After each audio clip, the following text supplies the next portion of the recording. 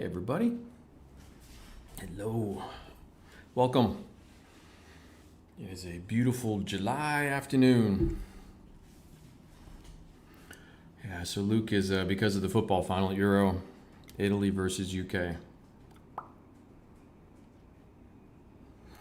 Garrett says this beats the football easily. Oh, you're too kind, man. I'm sure for a lot of people this is pretty good viewing. And then those footballers are, you know. I don't even know. I haven't even paid any attention. Has the actual final gone off? Don't say who won. I'm on it, but I don't know. It's competed. It's completed yet, right? It's 8 p.m. there. I don't know where it's playing. Nod. Hey everyone. John Foisey. Did I say that right? Foie, like foie gras. Hello from Connecticut. Danny from Belgium. Greets, man. Lots of Belgian friends. Welcome. Wayne, real football starts in September. Yes, it does, my friend. Yeah, we'll get into that. Where are you from, Wayne? I forget. I keep thinking you're British, but I don't think you are. I apologize. So 85 eyeshadow. We are out of Euro. Shame, so no problem. Yeah. Only thing we compete with you is F1, but I'm thinking you will watch and no streaming. Yeah, so we're on a break weekend. So we've had the Austrian back-to-back races and Silverstone next weekend with the first sprint qualify thing. That'll be interesting. Hey, Gunn, what's up, bud? Jason Newman, thank you. Loving the live streams. Craig, there's my boy. What up, Mike? He says, it's just starting. Okay, Gareth, cool. Yeah, I wasn't sure the time frame, and I probably should have, whatever, but I'm trying to stick with at least one of these as a daytime stream, and then as I've promoted, we're gonna go Wednesday this week coming up, nighttime for me. So yeah, Forrest, what's up, bud? Welcome, man. Okay, I thought I knew that, Wayne. You're Canadian. Okay, yeah. New Brunswick, Canada. Moncton. Simon, what's up? Welcome. By the way, Italy's winning. Yeah. Martinello, governor. Dear old Blighty. Yeah, it's been Diego. Hola, amigo. What part of Mexico? I've been mostly Baja, through the northern half of Baja. I've never gotten into central Mexico or Mexico City, which I do want to do. That would be somewhere in the future for sure. Yeah. So to my British friends and to my Italiano friends, there you go. If you know, you know. Yeah. Way back in the day when I was a wee lad, I drove Alfa Romeos. My main car that I had was a 71 GTV. Really nice car. And I never should have sold it. One of the top 3 regrets of my life, selling the Alpha. John Foy's first live stream, had to watch reruns of the other. Very excited. Cool, man. Thank you. Yeah, I hope you guys are getting some out of these. Niero? How do I say your name? Do I say that right? Nerio? Ciao. Nog in the Nog. There's my boy. Good morning, Mike. Happy Monday. Guadalajara. The Mexican Silicon Valley. Yeah, for sure. I said that wrong. Guadalajara. Hala? There is no R in there. All right. Bryce, hello. Letting everybody kind of roll in here. We're going to get started a little bit early. Okay, thank you, Nero. Got some stuff here to talk about today. Trying to be a little bit more organized. I know a lot of you guys have been saying I talk a lot, and oh, okay, you did spell that right. I thought it was Guadalajara. No, that's funny. Jeremy Brooks, what's up? So yeah, it's stream 6, starting week 3 for me with this, and obviously some of you guys are really familiar with live streams, some of you are not. Live streams are discussions because of you guys in the chat, and so that back and forth creates a lot of the dialogue, which makes it kind of heavy for me on this side. Let me see here. Put that on.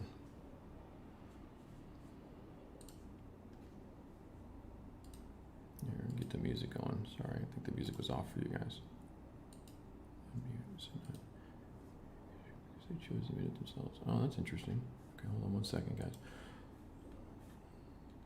So there it goes. Okay. All right, you guys should be able to hear music now. Sorry about that. Okay, so I did see some upward comments here. Yes, if Max wins in Silver Center, yeah. Oh yeah, no, I think at this point in time for F1 fans, if we're being honest with ourselves, I think Red Bull's probably going to pull away with this one simply because of the budget cap, part development. I think with the 2022 rules coming on, I think it's a little bit of a shame. Personally, we've all wanted to fight for a long time, and the timing of it is just. I just think Mercedes has pulled the plug on their development for this car. It just seems to be what's going on. Not that they're not not that Red Bull doesn't earn this one for sure. Oh, we'll get to questions here in a second, guys. I see the questions rolling through. I know the model guy, you had one. We'll get to you in a minute, but just saying some hellos and greetings. First, so for streaming, first 5, 10, 15, 20 minutes, we'll do hellos, greets, early questions. Just seeing where everybody's from. So the model guy asked, question, when doing OPR in an aircraft model, do you focus on just wear areas like wing roots or exhaust, or the entire thing? Robbie, the entire thing. OPR is, I think the easiest way to say this, in layman's terms, it's just basically a second paint job. So you get your base coats, your early colors in if you're doing aluminums or zinc chromates underneath, your chipping, your markings, all that stuff done, and then OPR will come in and do your full weathering. So that'll be all your panel lines, all your tints, all your fades. Depending on how you play the exhaust up, if it's a prop and you're doing, an airbrush down the side and then maybe tweaking it with some oils, you have some options there. And when we will eventually get to that, we'll do some things because I'm learning too. I do have to spend a little bit more prep time transitioning subject genres as I get into this. Like we're doing some train stuff today, and I'm not going to get as far with the trains as I wanted to, but it's going to lead into future stuff. But we're going to have some conversations about it. We're going to start off with some other stuff too. So early streams are a little bit more of a shotgun approach, but we will get into, I promise you, Robbie, aircraft stuff and dedicated projects coming. So that's what's going on. Brooke NYC, hello from Queens. Welcome. Hope it's nice this Sunday afternoon in New York. 2FS Modeling from the UK. Hello. New to OPR and using them on model railways. Okay, cool. We'll be doing some of that. You and Martin Kovac have been great help. Game changer. Brian, welcome. That's awesome. Yeah, we love Mr. Kovac, don't we? And if you're out there, Martin, hope you're healing up nicely. Bill Moore, cold. Yeah, okay. Where are you from, Bill? Rollout Commanders, hi from Switzerland. Welcome to the stream. Another quick question. Okay, okay, yeah, you asked the same question. Yeah, no problem. And that's a great thing, guys. If you're new to the stream and you're asking a specific question for me, type question first and then type your question, and that lets me catch it. And if I don't answer it, just ask it again, because there's a lot of you dudes and it's going through. I can see scores going through, so we've got game highlights going on. Wish we could do some replays. Yeah, another Mike. Welcome, Mike Parkinson. Not watching the football. That's funny. You guys are great. Yeah, there's going to be quite a bit of Euro chat today with the soccer going on. So, yeah, Clinton. Well, it's winter time, my friend. I do enjoy the fact that it's beautiful sunshine in Portland, and below the equator is cold. It's the peak of winter, right? Like this is the heart of winter for you guys right now, July and August. So yeah, Clinton's gonna be a little bit cold. So it looks like there's some scoring going on. All right. Tennessee, nice. Have some friends that are looking to move there. Actually, apparently it's a good relocation state right now. Risdom, hello, welcome. Lee Gunnan, hi from Georgia. Watching up in the video slowly, great stuff. Thank you.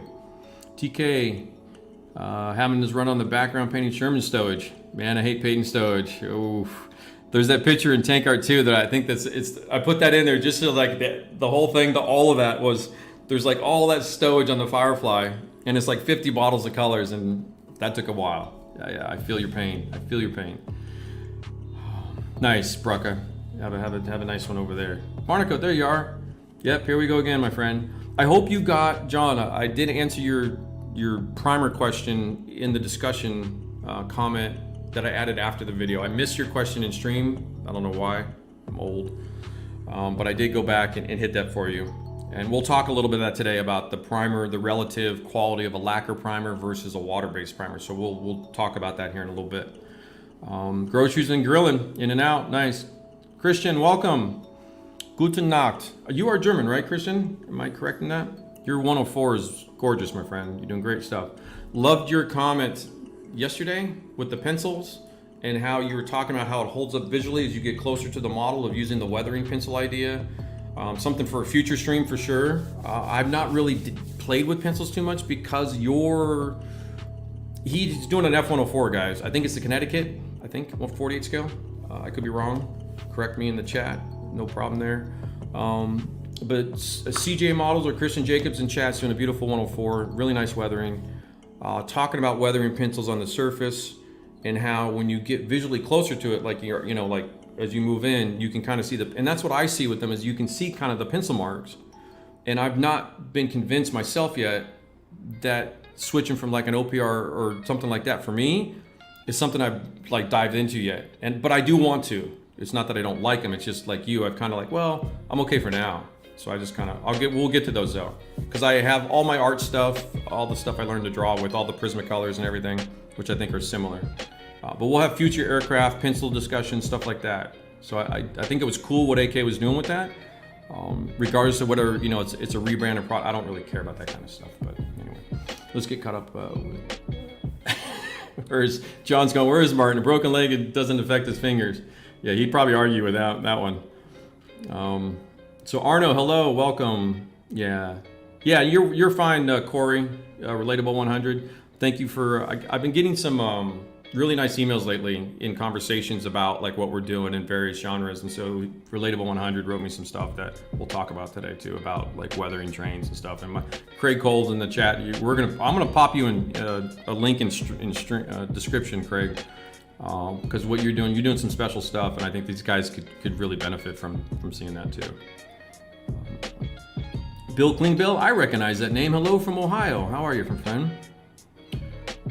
Yeah, you're welcome, John. We'll get to this stuff. You ask great questions, my friend. So I'm trying to pay a little bit more attention. You've got a purple thing by your name, so I'm trying to catch that as I see it. Yeah, Christian, Connecticut. Yeah, great kit. Let's see. I haven't talked to Raymond Chung in a while, but yeah, I'd like to get some of the stuff for future books and stuff to work with from Connecticut. From Connecticut. From Connecticut. Let's see what Danny said he followed a demo of mine in Belgium. You said that sometimes it's necessary to repaint the entire model. Well, what do you mean then? Same thing I mean now. It's the same thing. So what happens? Let me grab that Hetzer real quick.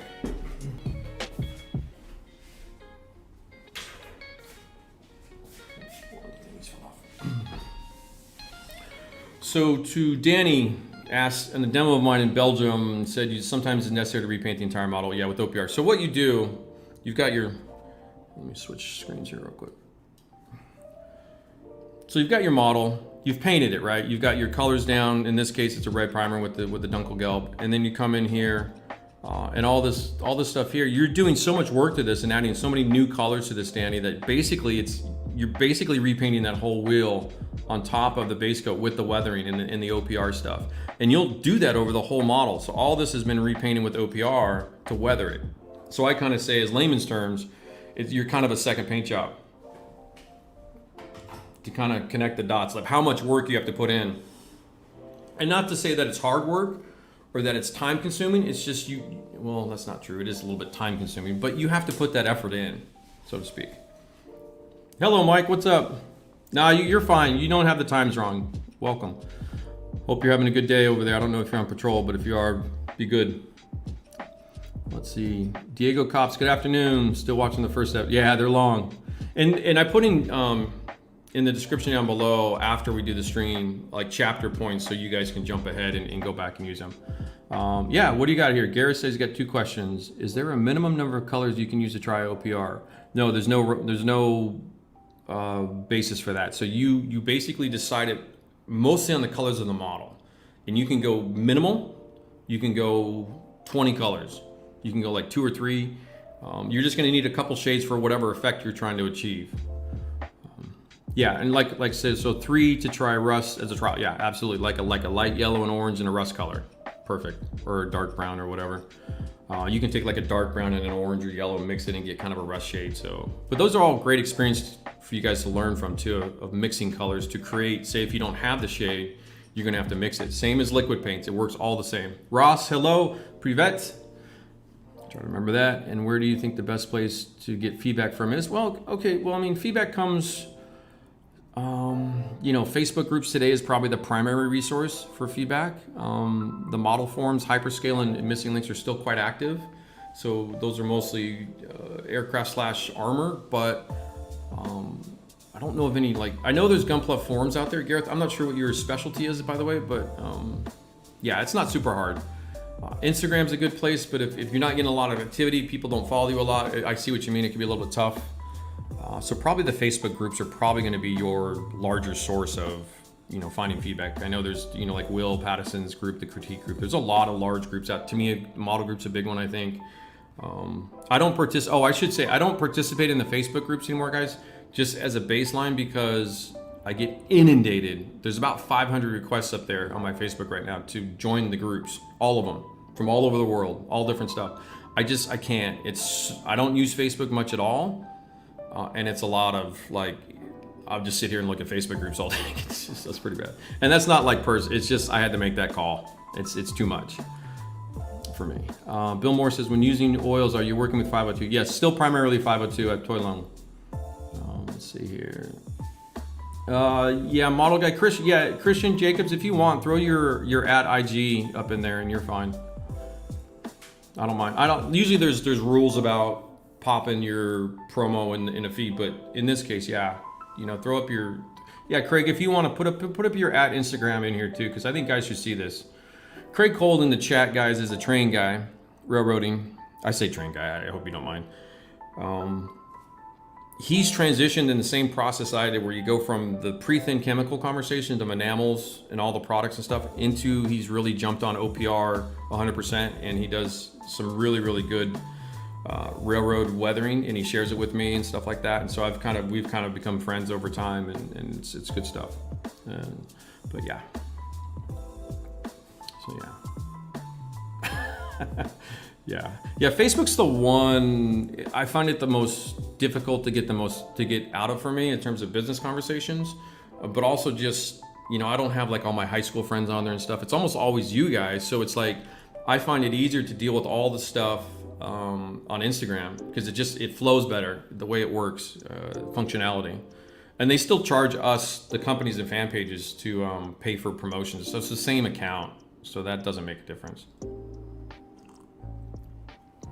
Yeah, so, but anyway, found potential. Oh, you know, somebody said, I apologize, somebody did send me a brush thingy and I didn't follow up on that this week.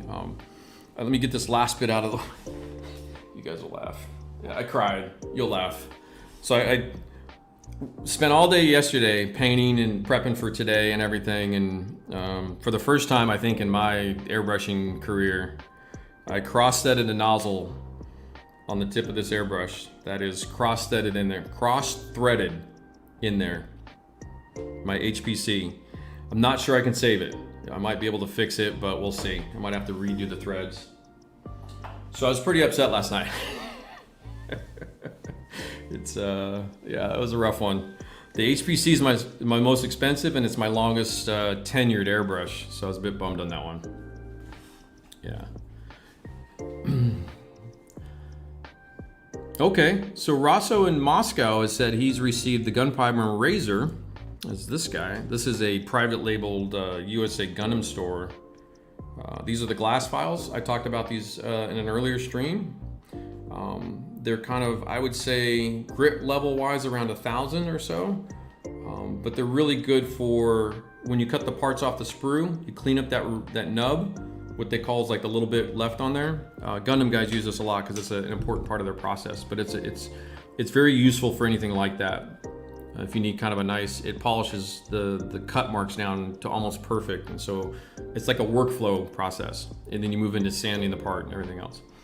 But anyway, so let's go back up. I want to get this one. John Barnaco says at Blick, which is the larger US art store, and they are shipping everything online still. I'm pretty sure you can buy and get shipped around the world still.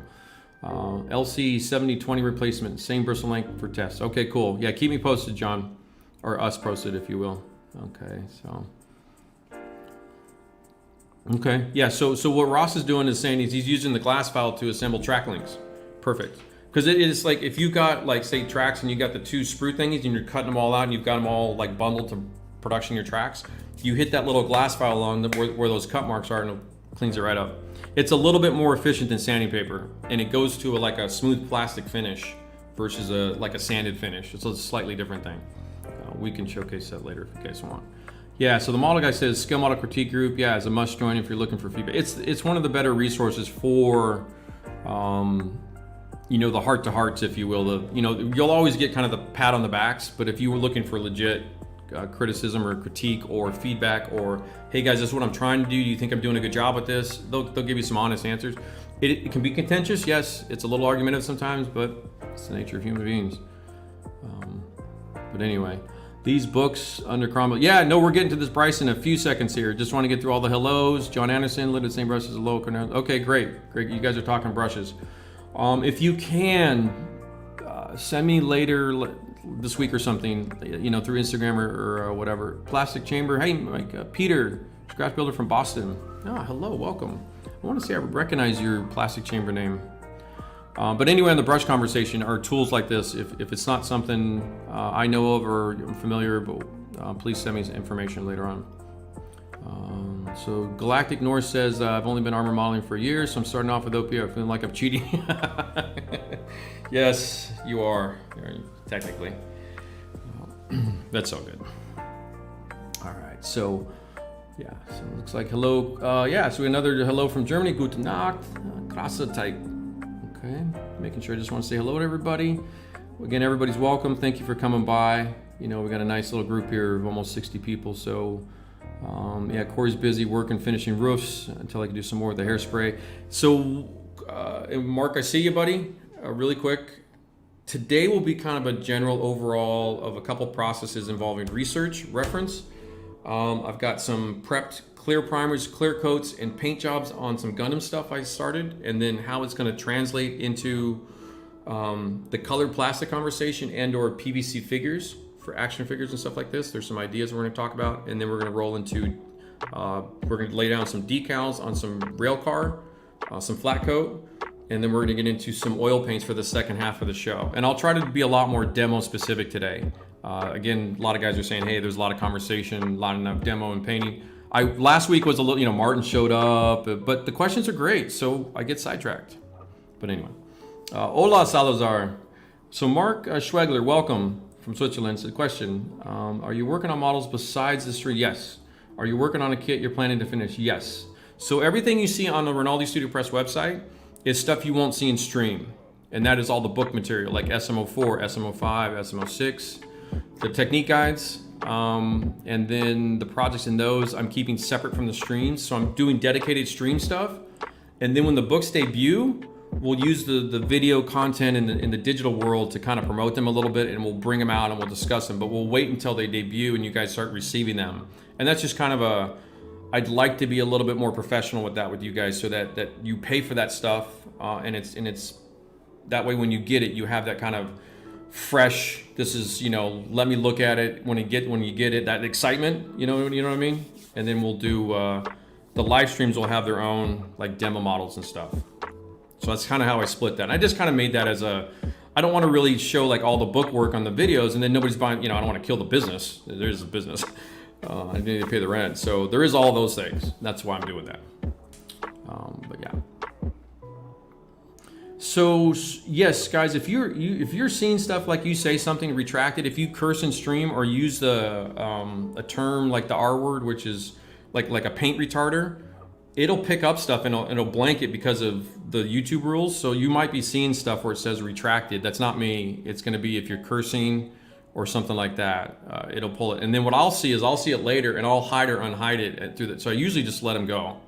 I haven't deleted, other than the first stream where we had some spammers, I haven't deleted anything, so it's not me. But anyway, a few more hellos and then we'll get going here. So Tank Driver, what's up? Find the best price for the King Arts. Okay, you guys are talking brushes. Great. Joshua Schickles from Bama. Roll Tide. What name brand paint brushes do you use? Love your work with much respect. Thank you. I appreciate that. I'm not an SEC guy, so, you know, but Roll Tide. I'll give you a little love. Big college. My favorite sport is college football, by the way, guys. So it's kind of well known because I've been around for a little while, but if you're new, yeah, it looks like the zoom's actually on point today. A little bit sharp today. These are the Lowe Cornell. Unfortunately, this golden Taklon series of black red brushes, the number 2s especially, has been discontinued. Gentlemen in the chat right now are talking about brushes and replacement brushes, and there's a couple we've already spotted that will work probably the same. I'm guessing they'll work just the same. Yeah, Rizm, go Ducks, buddy, because you're Eugene. You better be go Ducks. It'd be funny to be like, go Beavers. That'll just disrupt the whole world, right? You know. Sylvain, welcome. Right now, so Sylvain asked, do you still build for competitions or just commission business? Right now, I don't even do commission work. Competitions, I would love to be able to put something down at World Model Expo next year. I don't know if it'll be possible beyond a display model, but as a competition piece, I don't know. I would like to, out of respect for World Model Expo, what it is, its delays and everything, and the people that will show up. I'm also judging there. But purely for competition, no. I don't do a lot of commission work, and I don't do commission work mostly because I'm an a-hole, but I like to work on what I like to work on and then sell them versus somebody saying, hey, can you do this, this, and this for me? I don't work as well that way with the scale model stuff, unfortunately. Sometimes it becomes a task because you just don't want to do that one or that subject or whatever. So I do sell almost all my stuff. I have very few pieces left. That's also Rick's a Beaver. I knew somebody's gonna pop up with that one. Yeah, sports, I love it, dude. I just, you can't get enough of this. The Civil War has already started. Good times. Yeah, I'm hoping for a really good season for everybody. We've had, with all the shit we've been doing with, I'm hoping for some, it looks like we're getting some good sports. NBA finals are kind of fresh. Suns and Bucks. You got the Euro, UK, Italy today going on as we speak. Yeah, you guys don't know, Rick's also, I'm in Portland, Oregon, Pacific Northwest, and it's largely two teams up here. You have Oregon University of Oregon Ducks and the Oregon State University Beavers. And that's just, they call it the Civil War, and you pick a side, and there's no in between. There's not. And you guys that know sports, you know how that goes. So I'm from LA originally, and so like, I'll never like the Angels. I'm a Dodger blue all the way through, you know. That's just how it is. I will never like, and I appreciate it, but just, yeah, you're never gonna see me like the Angels or anything like that. The football conversation is tough. So all my, from LA, meaning specifically for NFL, so I guess my stepdad's side of the family is all San Diego, so they're all Charger fans. Now they're in LA. So an LA guy who is not even an LA fan of the teams, it's a mess. It's a mess. We'll talk later about that. But okay, let's get back to this. Okay, so Tank, what airbrushes are you using? So today, my friend, we're gonna have, this is my Tamiya Superfine. It's Tamiya Spraywork HG Superfine 0.2 needle. The link to this airbrush is in the description in the previous streams. I think streams episode 4 and 5 have the airbrush links. And then today I pulled out an oldie but a goodie. It's a Sparmax, basically a 3.0. This is the old MIG Productions airbrush that I'm going to be using more for varnishes and clear coats. It's a 0.3 needle. All my airbrushes are gravity feed. They all have the preset handle, and I try to equip them with a MAC valve, which fine tunes the air pressure, and then a quick release. That way I can swap airbrushes pretty quick on the fly. We'll do that here in a bit too. We'll show some stuff. But yeah, so here we go. Okay, everybody's caught up. Yeah, thank you, Wayne. Ordered the SM06 book. Appreciate that. Yeah, I see a lot of the names coming through from customers and stuff like that. I do recognize quite a few names over time. But Sylvain, to answer you completely, almost all the building will be for streams and or for book publication for now. I get through 2021 and I come out, get the books done, and everybody's caught up and I'm caught up. We can move forward. So yeah, the Yoo-Hoo will be the Tamiya one with some goodies on it.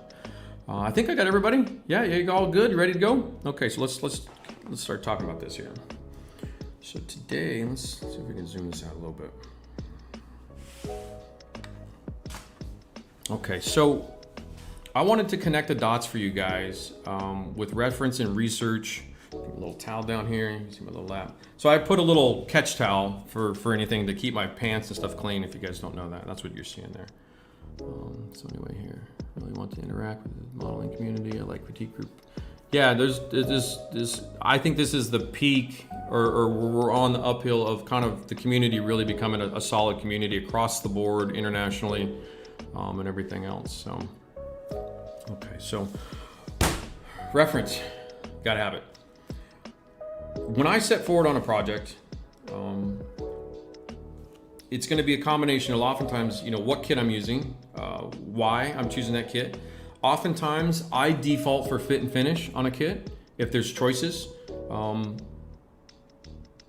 Yeah, so Sylvain, good comment. So just real quick, MAC valves, yeah, they don't control the air pressure. So if I've got 20 PSI coming through the hose, with the MAC valve, I can back it off to like 18 or 17 or 16 to fine tune it on the fly versus constantly reaching for the compressor. That's what a MAC valve does. It doesn't add any pressure. It allows you to back it off, I guess that's the best way to, restrain. Restrain is it's restraint.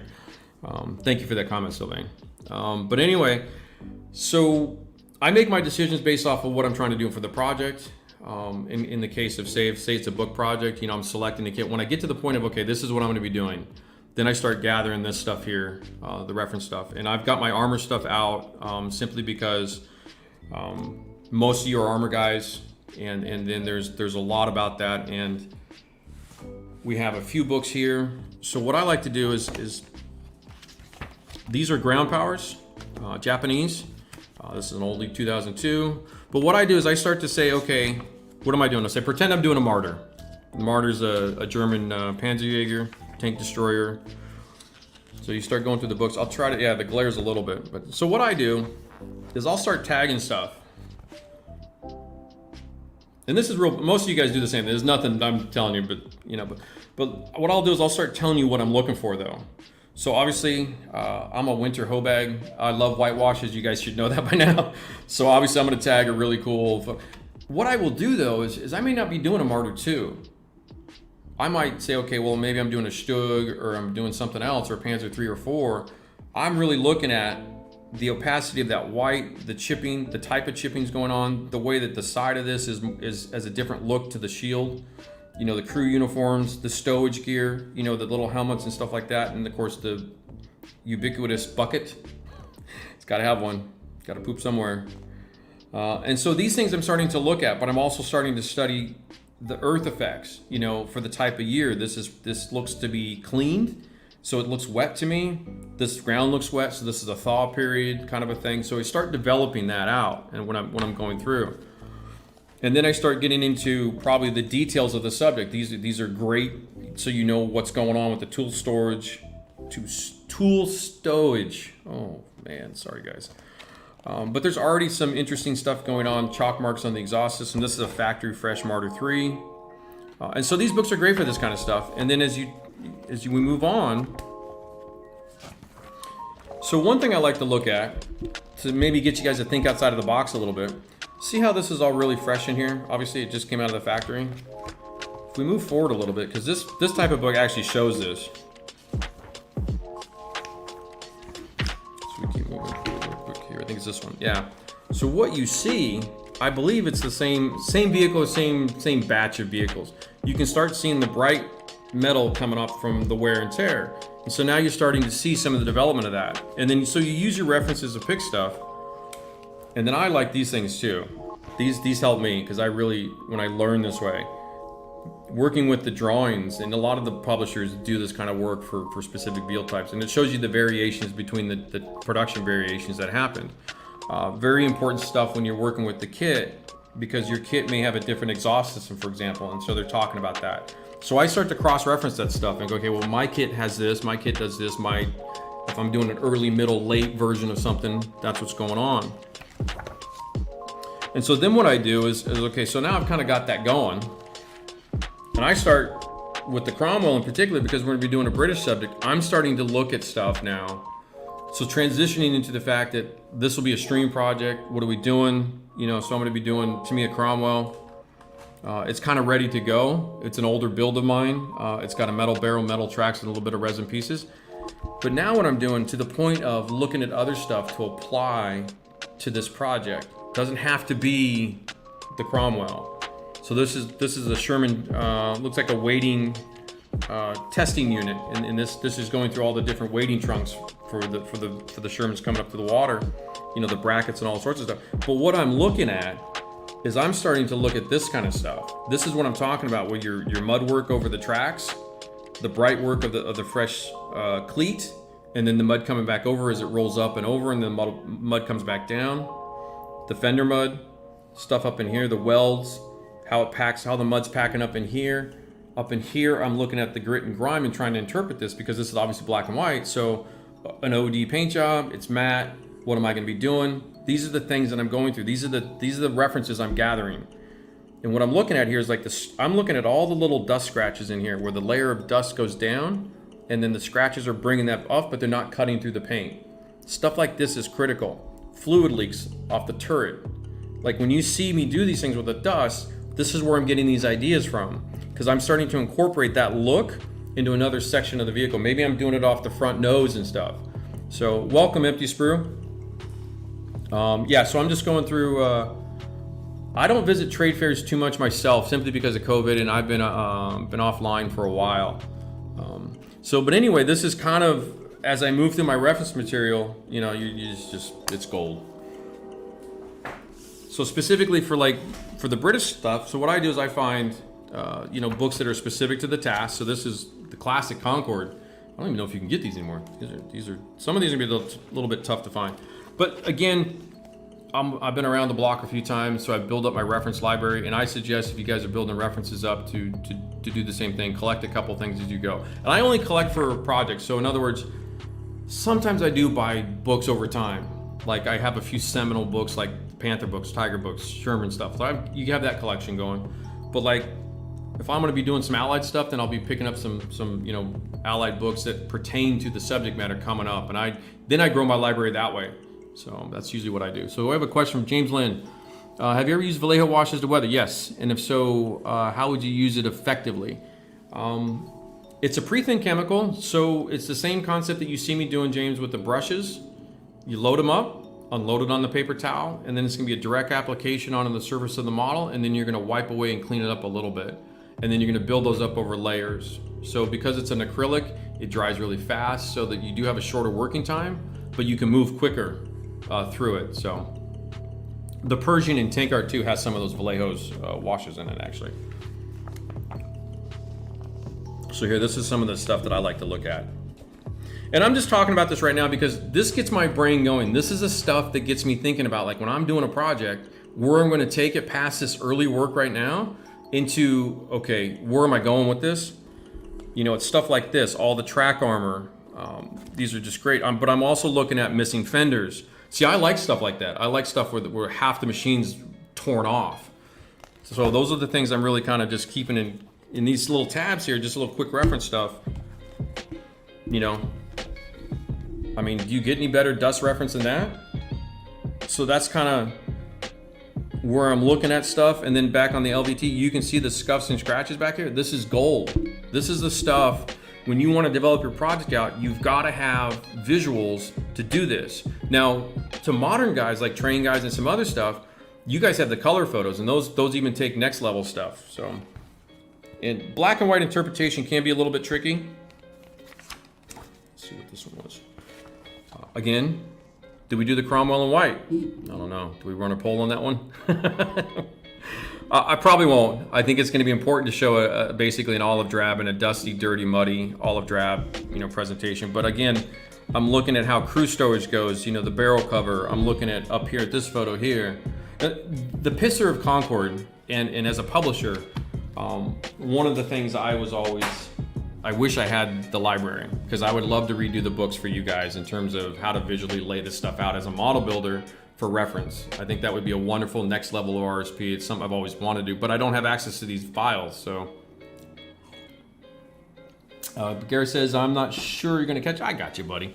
But do you apply the historic research? Yes. So that's kind of what I'm trying to do is we're going to segue right into that a little bit, where there's no frame of reference for science fiction per se, even though with Star Wars and some other stuff, they're looking at what the armor guys do and the aircraft guys do for their own spaceship weathering, or, you know, Gundams in anime. So even in the cell animation, they're not really weathering them, even though sometimes they show them beat up and stuff. It just doesn't come across as like a faded paint job, you know, that whole thing. So for the Cromwell though, my problem was, and this is a problem you guys are gonna have a lot, is I couldn't find one gold photo. You know, Cromwell's are a little bit more obscure. It was a lesser used British tank. And it just so happens I've got this ready to go. It makes for a great stream. I'm not gonna use it in a book. So I have a little bit more of a challenge. But there's some photos, but this is a great one. History and Collections out of France. Great resource publisher. I've got all the, you know, unit markings. I've got great overall shots here, you know, with foliage. You know, then I'm looking at stuff like this, where this beautiful little photo, but I'm looking at this stuff, like I'm looking at that road wheel right now. So when I'm doing this, I'm gonna come in and say, okay, that's what I want it to look like. And then I'm gonna be doing that on the thing. So that correlation is where I'm trying to get to you guys is, you can't really do upper level stuff without some sort of baseline. This is a classic Cromwell pick we've seen quite a few times, but I love the open fender look. But all this kind of dusty, dirty, you probably can't really see that too much. It's a smaller photo. But you know, all this look of how does that dusty road wheel look, that OD, and then the rubber, and then how the tire face surfaces on the contact tracks, like how's that look? You're getting some of the high spots on the tracks, the loading of the drape of the cables, the tow cables, obviously the foliage, and then the spare tracks. And this is kind of a well-kitted Cromwell that's probably standardized unit, you know, moving through, going into action, so it isn't like that beat up, but it's nicely dirty. You know, it's got some gear and stuff. That's a nice piece, and that's kind of something I'm going to be doing, because I'm not going to do everything super extreme all the time. So using stuff like this is just kind of helpful. Again, here, this one is another money shot. This is useful for so much. Gundams. So you've got a darker base coat. So think of a Zaku, Gareth, and stuff like this. If you guys are thinking this, you're gonna put a layer of dust down, and then the fluid streaks, the crew marks where they're contacting it. So we're gonna do this like in 35th scale, but you're gonna do it in 1/100 scale. And so the proportional ratio has to fit your subject. Or if you're doing 72nd scale armor, that size of that scuff mark has to be relative on the side of the 72nd scale Sherman or 48 scale. So all these little marks up in here, how the dust gets removed and the fresher OD comes out as a darker color, you know, then how the drape of the cloth camo, I don't know if that's Hessian nets or what, but it's very interesting. And of course the refuel leaks, that's a fresh one. There's an older one. Key point here, the criticism of the general contest tables. When you guys do your stains, try to incorporate time. In other words, you've got an older stain, maybe a couple weeks old. You got, this is probably that afternoon. So try to capture that. And what you do for that is you alter your transparency. So the more opaque you go, you're gonna get more of a fresher oil leak or something like that, a streak like that. A more translucent, pale, softer streak will look older. And that's how you start to play those up a little bit. And you layer those on. You can do this one, and then you can do a really fresh dark one right next to it. And then that's why the oils to me are so intense for me. They're really kind of, you can go from that opacity level on the fly. I can do all that on the brush on the fly. And that's one of the powerful things, but this is where you get this from. This is where the ideas come from. And then you see the reality of what's going on in the field. Because this doesn't have to be a combat unit. This can be, you know, peacetime, a training extra, could be a civilian vehicle. You know, this is all the same stuff happens in the civilian world. These are just humans interacting with the machines. And that's all that is. So, and then that's what I'm gonna be doing, you know, that's what I'm gonna be doing with this. What I think I'm gonna do too for the streams too, I've been thinking about this a little bit. John from Cape Town, welcome. I'll get to some comments here in a sec, catch up. But just kind of, I think what I'm gonna do is we're gonna do a few more streams of shotgun where I'm hitting a few different subjects, and then I'm gonna start breaking some streams off into their own thing for a little bit. you know, doing like a Gundam stream and then like an armor stream, and then I'm gonna intermix some things like that moving forward. Because I think the Cromwell, when we start painting the whole thing and we start getting into it, I don't want to be shifting gears on camera for you guys too much. So we'll take this a little bit more seriously when we get up to the full projects. But this will be coming up about a week, maybe 2 weeks down the road. And I think I meant to say Wednesday stream will be a chipping stream, and that'll be a 6 p.m. Pacific Coast stream for me. Just to see how the nighttime goes for me, and then the East Coast is be 9 p.m. And we'll be doing some chipping stuff, sponge chipping, some hairspray chipping. Let's catch up here with you guys. I see some names coming through. Yeah, hey Joshua, how are you? Working on bikes? Okay, so there will be a website link in the comment description down below. It's on the YouTube channel page in the right corner, at the front of the page. There's an RSP link. It's RinaldiStudioPress.com if you want to go direct. Instagram has a live link at the top. I think I've hit all my base. And then Facebook has a link somewhere in the shop button or whatever it is. But anyway, yeah, RinaldiStudioPress.com, Joshua. So Ross asks, what do you think about building some World War I stuff? Yes, I'd actually planned a full book on armored stuff for World War I and pre-war, the 20s, 30s. I have some stuff ready to go. I had hoped to time it with the anniversary, but I don't think it's going to happen. The answer to that is yes. So yeah. Bill Moore asked, do you ever build any armor with modulation painting? Yes. The Churchill and Tanker 2. Okay, I have it here. Hold on. And the Pershing. So my approach to color modulation is a little bit more on the zenithal lighting side of things. You know, and kind of that conversation of how that all came about when Miguel and Adam had kind of developed that process through and then presented it to us back, I think it was Armorama way back when. Really, really interesting, great concept. You know, I really like that they've tried something different. It was out of the box thinking. It's an artistic style. But yeah. So here's the Pershing. Let me see here. Let me go back to show off the quick reference SBS guide. So what I do in all my books, at the end of every chapter, at the end of every SM book, are the page contents for where these all occur. Kind of like the chapter marks in the description in the videos later on. But see, so here I'm showing you real quick, and you can, you know, primer, kind of your dark base color, and you go into your greens, and then you start lighting up with your color modulation across. So I use the zenithal lighting. I do a single light source type of painting with my color modulation. So I do it kind of as an overall over the whole vehicle, so that the light is coming down over the whole thing, versus each panel has its own light source almost. I tend to like this little bit more realistic version better for my personal work. So that's how I do it, and then I move into the weathering after that. So yes. Yeah, I'm looking forward to it. I saw that comment too in there somewhere, Galactic. I'm looking forward to shipping that too. I hope it goes well. The shipping conversations behind the scenes right now are pretty ugly. The cost structure is going out of control. So yeah. So the second part of color modulation, where you take the panels and you start popping them out in lighter tones and different tones. You know, if it's red, you're gonna do some other stuff around it or whatever. You're doing some lighter tone on tone. The color modulation, we've been doing that for a while, and it's all kind of encompassed in that, because when you look at the real world and you study that stuff, you start to see it quite often actually. Even on like a civilian car, like that's relatively well kept, if it's a mismatched paint, you'll just see a shift in tone. So you'll see stuff all the time. Jean, hello. Yeah, so we've said hello from Cape Town, South Africa. He's got Tankar 1, 2, and 4. A couple years, incredible. Thank you. Looking forward to Yoo-Hoo and how Björk works on play. Yeah, me too.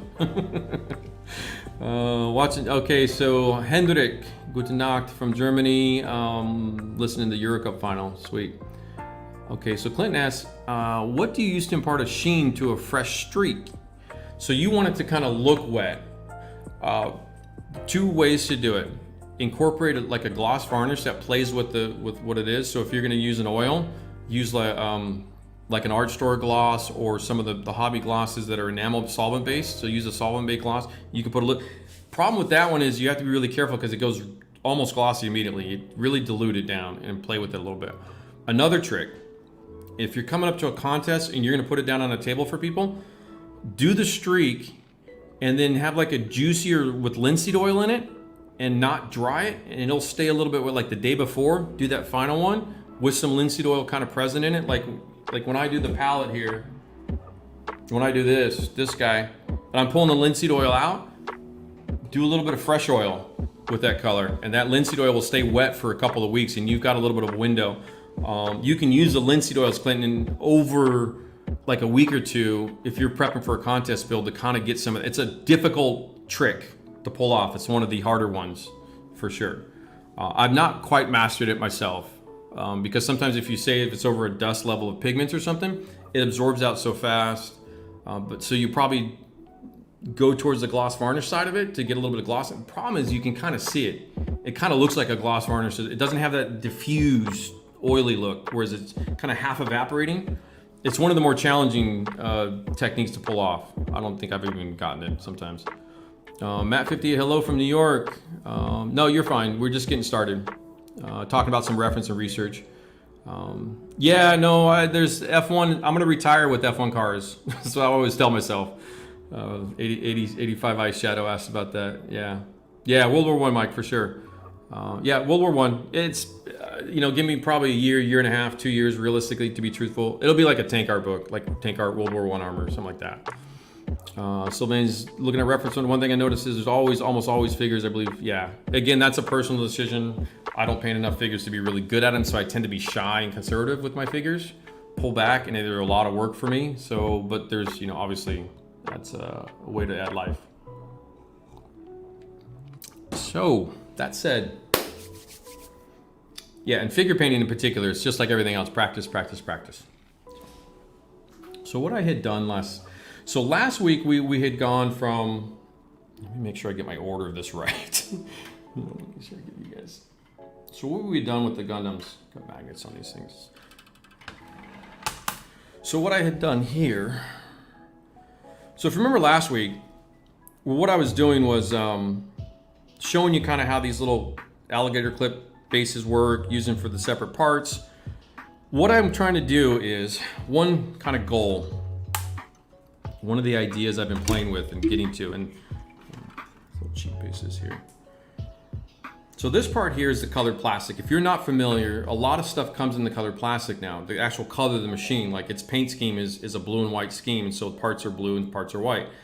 I'm applying a clear primer over this, and then I want to start weathering directly over this and or painting over this, which is what I'm doing in this case, as a way of using this base color as my primer color.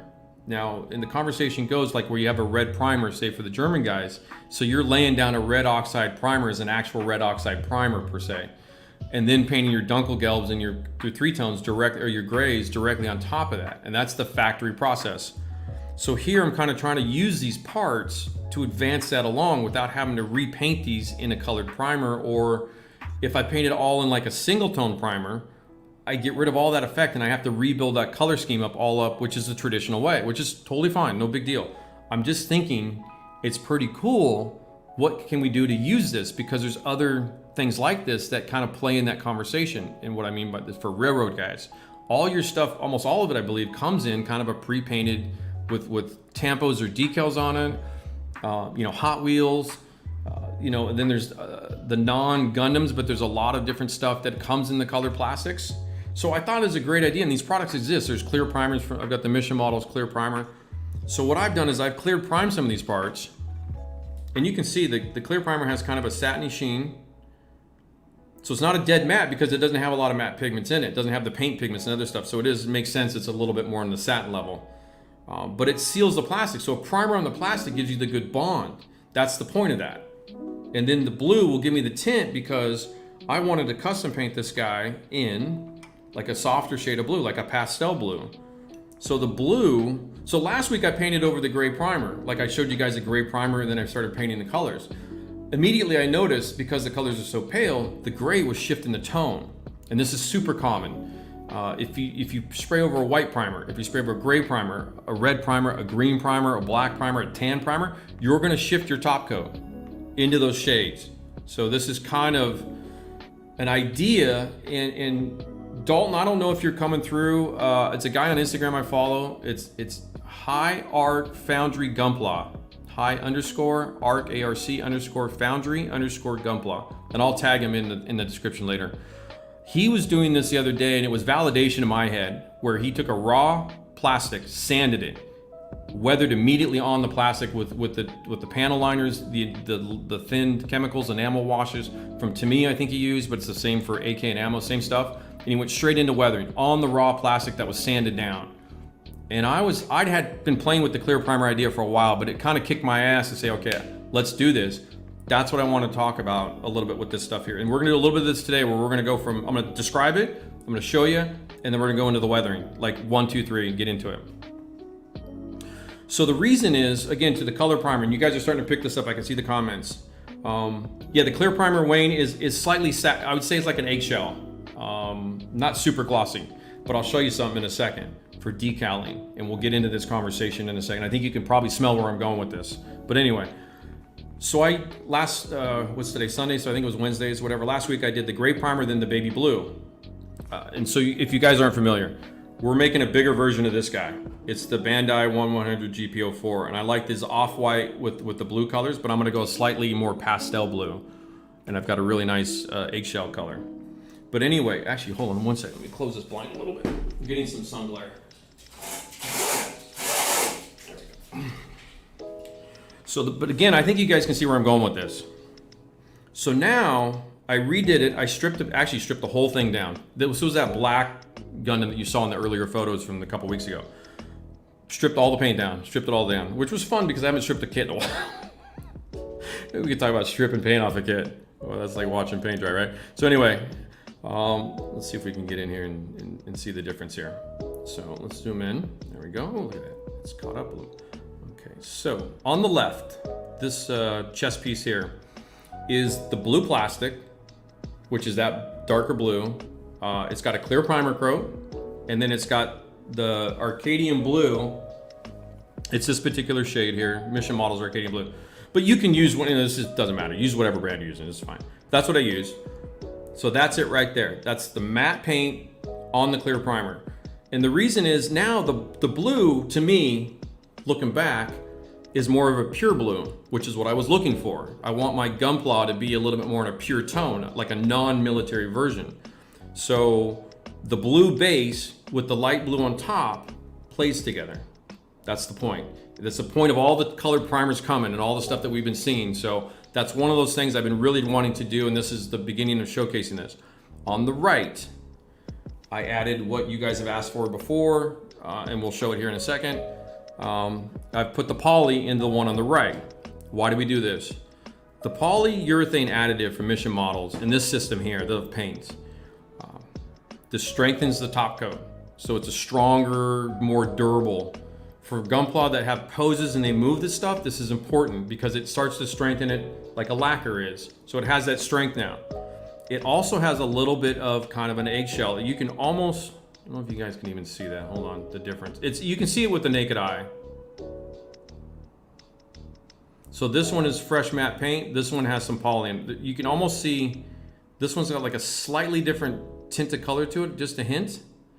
And the reason is, I painted it over the blue, so it's like a second layer of blue, so it's starting to go more pure in the color.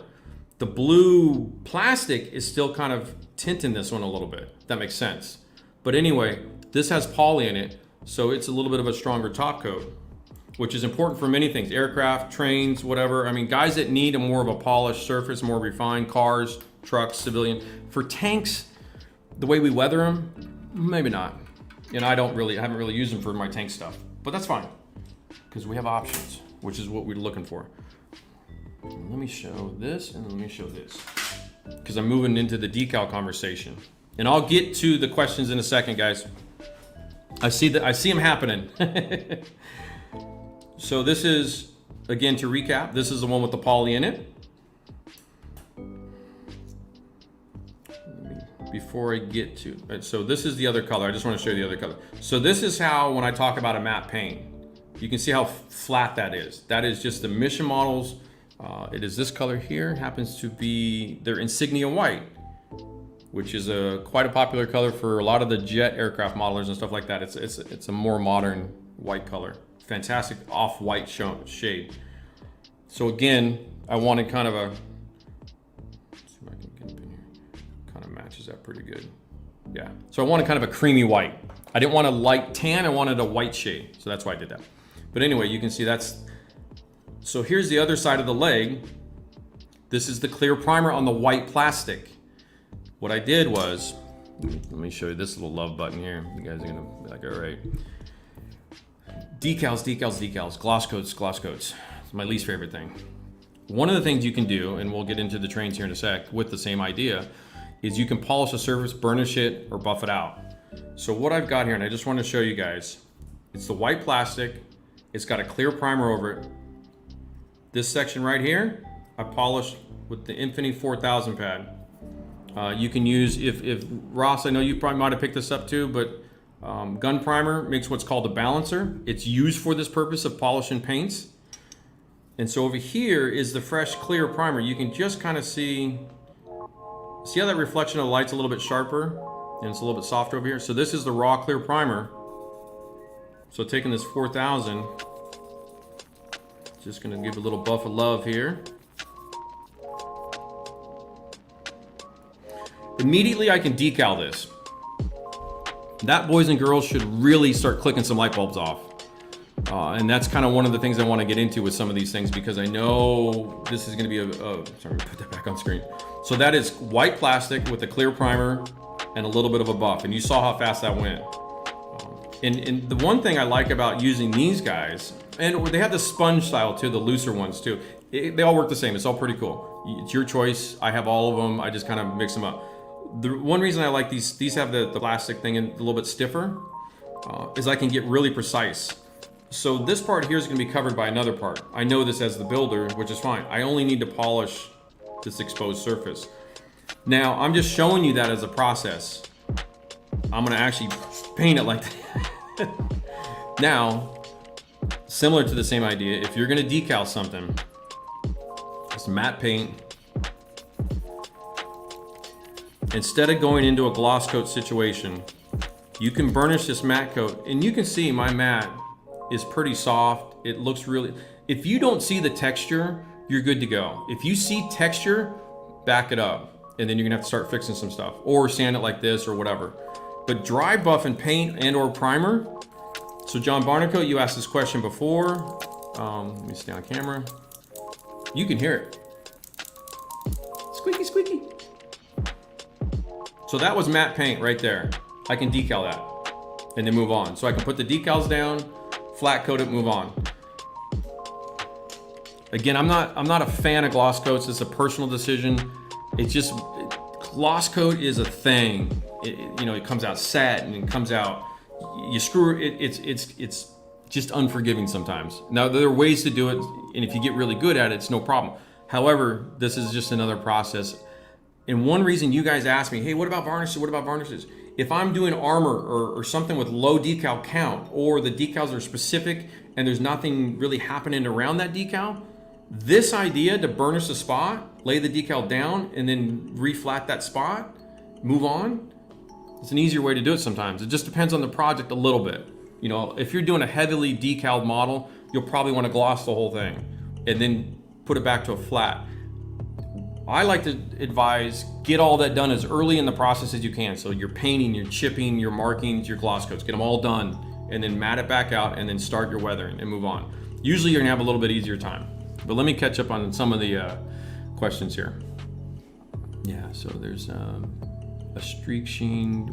To me, I see where you're going with this, Clinton. Yes.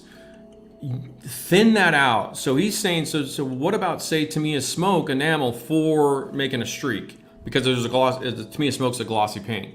Thin it out. The lens colors, reds, greens, you can play with thinning those through, and then you can get some variations out of it. You're not going to get a very nice diffused look though. It'll be a little bit less glossy. Kind of how it goes with the enamels. It's hard, Clinton. It's hard to explain because even the Sherman I showed you guys, And you guys know it when you see it. It's like when, like a half-dried dirt, you know, the water's evaporating out. It's that really soft. It's hard to capture like effectively looking wet and then looking dry with a soft transition or something, or it's faded out. You can get a hard transition. That's pretty easy, but it's that little bit more of a softer one. We'll play with it. It's you've planted the seed, Clinton. Don't worry. We'll get to it. Figure painting is easy. Yeah. Nice one, Wisdom. So Ezequiel Cavallo says the clear primer is a huge IQ move. No, so that's kind of, I've had this for a while. And so let's transition. So that's what I'm doing with the Gundams, and we'll spray some here in a sec. I promise. So Craig, my boys out there, this is as far as I got. I didn't get very far, unfortunately. Not as far as I wanted to. But let's play with this a little bit. I've done this intentionally to showcase this idea to you guys, what I've done. So on the right, and this is how a lot of stuff comes like this. It's a little camera over here. This is the out of the box train boxcar. It's painted surface with the tampos on there. They're not decals. This is like a Hot Wheel, you know, where they're putting these tampos down, which are really slick. They're really nice, and you don't want to lose that. You want to keep those, so you don't want to repaint this. So you want to work with this. But that surface, you can see the reflection there, nice and smooth. Truth be told, you can lay a decal on that, which is what I did over here. So I use some of these eBay decals. I call them eBay decals. These are kind of, you know, guys making and printing decals. These are just graffiti decals. The problem with these is they don't use an Alps printer, so there's no white ink, which is my F up here. Not really a mess. I kind of knew it going in. I didn't have the time to deal with it. This was going with my airbrush problem earlier. You probably want to lay a little bit of white down underneath, and kind of what I would do is we won't paint, but we'll show you putting a decal down here in a sec. So I've cut some out. Oh yeah, let me plug that in. Hold on one second. Why is it? Okay. Let me get my power switch on. So anyway, I laid down the raw decals, or I laid down the decals on the raw surface. I didn't do anything, prepped it. I did my microsol, microsol to tighten them up. And so I covered it right to the door, and then I Mission Models flat coat right on top. So you can see, you're not seeing the decal edge. What I did do, little test, I had some Gunzi Mr. Setter. You see those little spots in there? You guys can see, you see those little speckle spots, the little light color ones? I just did a little bit of a test of the micros. I think I tossed them actually, because they're about a decade old, my bottles. They left those little speckles on the plastic. This was under the flat coat. I hadn't done any Mission Models painting, so this is not a paint conflict. But it was just, I think my Mr. Setter, is it Mr. Softer, Mr. Setter? My Mr. Softer was cloudy white, and my Mr. Setter looked a little yucky, so, but I tested it anyway. So it's microsol, microset. But anyway, put the decals on the raw, and then flat coated it. That's all I did. Over here, that is the clear primer over the raw. So this is the raw, and then this is a clear primer. So you can see it's kind of almost matte, really close to matte finish. But I can start weathering right on top of this, or I can do whatever I wanted to right on top of that. But we'll get to this here in a sec, but I just wanted to show you that's what I was doing. These little decals. These ones here, there's two guys I found. T2 Decals LLC. I got a Germantown, Wisconsin. And then Circus City Decals and Graphics. These are all on eBay, stuff I found on eBay. This is graffiti decals and stuff like this. I don't know where he's from. I don't know if he says where he's from, but I believe it's the US, because it's all train stuff. He's talking about Walter Salvaset. So these are all train guys. I've got some Ushi graffiti decals too. So we'll do a lot more over time. I did not get to this, but what we'll do are these guys here. I won't get to them today. But we've got the Santa Fe engine, and then we've got a Firestone here, fuel car, or whatever they call these guys. It's all HO scale for now. It's a pretty good, easy scale to use. But so that's what I'm doing. That's this kind of stuff. So real quick, recap: color plastic, blue base. Top coat of the shade I'm using, which in this case is like a baby powder blue. A little bit of polyurethane added in it, so it's a little bit stronger, smooth, and it's a leveler, so it dries to a slight, that's what I meant to say earlier, I didn't say that properly. It's more durable, but it's a self-lever, a little bit of a flow enhancer with the airbrush, and it dries a slight, there's just a hint of eggshell to this one. And then when you can do same idea. Those of you that need this kind of a process for decal and markings, I'm just using a 4000 pad. I mean, it's just baby mirror smooth. Look, I mean, look at that, guys. And that's not even trying. I'm not even trying to do anything. I'm not trying to impress anybody. I'm just trying to show you that's the process. Boom, done, boom, done, boom, done. And that's the flow, the workflow. While I'm doing that, showing that, let me clean up a little bit, shake some stuff up. We're gonna start spraying. Hendrik says, what do you use to strip it? Jose Duran. I was given like a test stuff of paint stripper that is kind of a water-based paint stripper. I can't quite divulge just yet, but it was like a prototype. I was kind of like, okay, let me try this out. It's a water-based paint stripper. Traditionally, Jose, oven cleaner. And if it's like a Tamiya-based stuff, an ammonia-based cleaner like a Windex that has actual ammonia in it, we'll just strip that stuff right off. A lot of those acrylic lacquers are react to ammonia, so they'll strip it right back down. But yeah, any of the major paint strip, I think some of the brands actually have paint strippers too. But I was working with something that's a little bit, I have to be a little hush hush. But Hendrik says, one of the main advantages for me when using a gray or other color primer is to see the infrared. Yes. So we had the primer conversation last week, and what I'm talking about is a little bit more specific, Hendrik. But yeah, the primer stage is something I always do. You do it to find imperfections. You do it to set the surface for paint, so the paint adhesion is the best quality and the strongest, and that's the point of that. And because it's a raw plastic, that's a primer and raw plastic. It's the same thing. The idea is I've got the color, so for the tint, and again, if you're doing aircraft, your model already comes in a solid color. It's not going to be that clear primer thing isn't going to work for military guys, because all of our kits come in like a gray, a green, or a tan.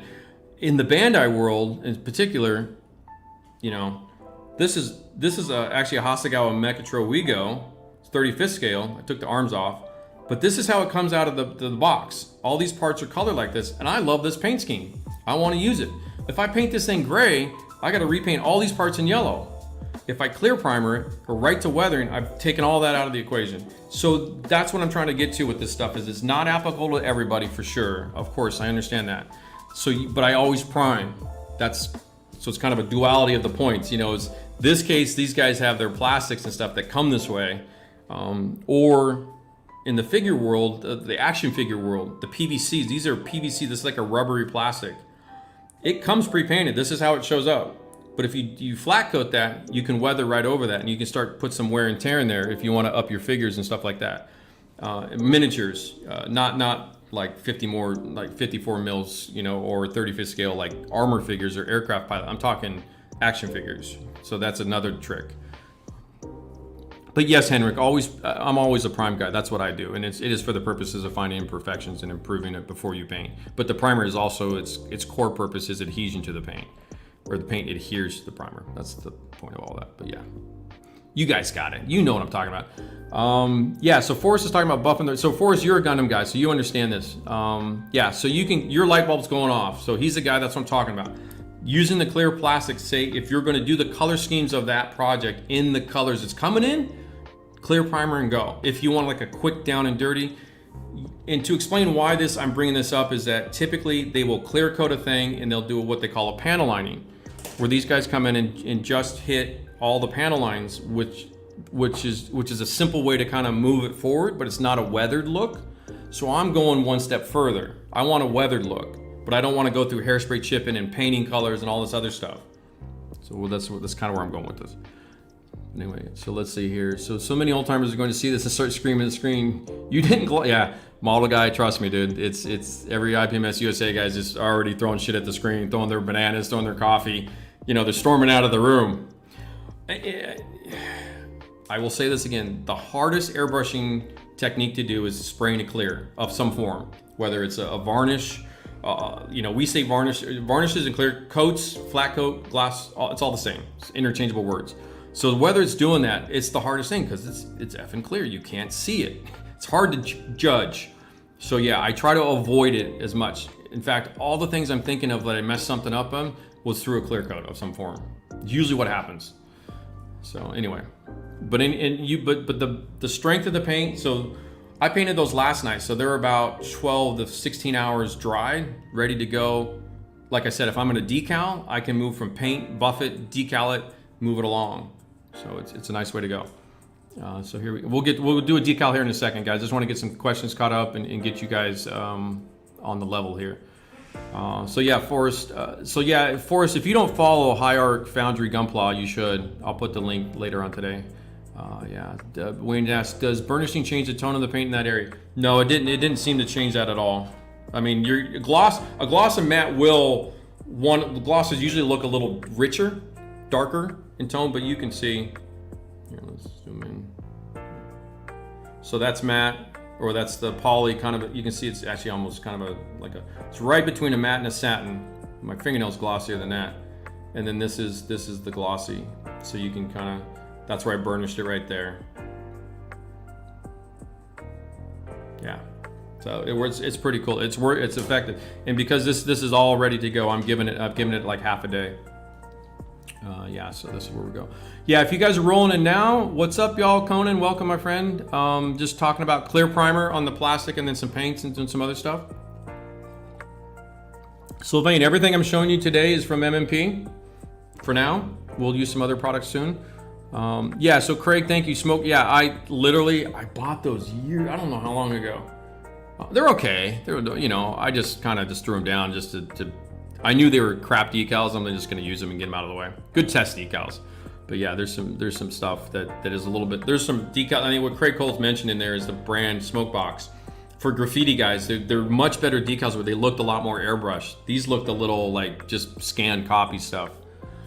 So 85 Eyeshadow says I'm using Brutal Force if my decal is silvering, and yeah, so this goes to the silvering conversation. Is really what it requires in layman's terms, regardless of whether you think it's a glue problem or air trap problem, is you need a smooth base. And glossy is smooth. That's how you get all that stuff. It's because the particles are laying down smooth. You get the reflection. That's why it's smooth. That's why it's glossy. Blah, blah, blah, blah, blah, yada, yada. The decals go down nicely on that. That's how that all works. Which is my point, is not glossing first and then just going straight into it. And in this way too, the other thing is I can work a section because like it says, it comes in on the weathering side. I like to work in sections, so to speak. So it's just another way. It's another option. That's all it kind of is. Not trying to say one's better than the other, but I liked it because it seems to be a little bit more efficient for how I do things long term through the whole finish of the project. Yeah. So Pete Smith asks, Mike, would you post shade before OPR in the clear primer situation? You can. One of the things with the OPR is I've actually done way less shading post and pre-shading conversation. So because I can do so much stuff in the oils now, I can kind of control my shading. It's kind of a pre and post shading conversation, but yes, you can totally pre and post shade with OPR and without it. Pheasant Plucker, what's up? Yeah, I'm not watching the soccer score, so we don't know what's going on, but I hope you guys are enjoying both. Yes, Brett Malone says do a Forge World or Warhammer tank. Yeah, for sure. I would too. It's one of those things where the to-do list is so long. Yeah, that's the only reason.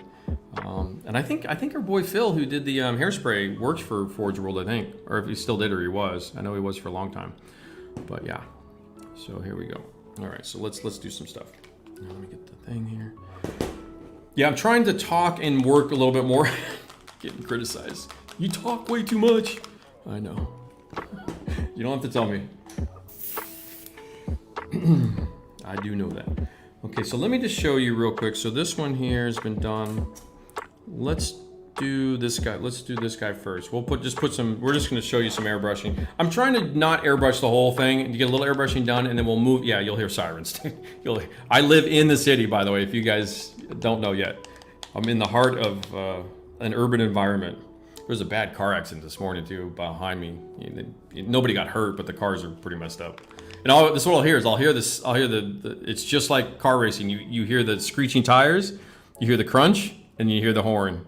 And it's always like in progression, like a slow motion of the tires screeching, and it's scary because you freak out. You're like, oh, F, and you're looking around, and fortunately nobody's hurt, but yeah, you can see them yelling at each other and stuff. There's a big intersection right behind me, and it's a lot of one-way streets coming and going. Yeah, people don't pay attention. A lot of out-of-towners come through, and it's confusing, I do admit. So we're gonna mix in the cup today. So let me see here. So this is my mix. So this has got the little bit bigger cup. Ooh, you know, wait, hold on. I need my eyeballs and some paper towels, simply because I need all this stuff.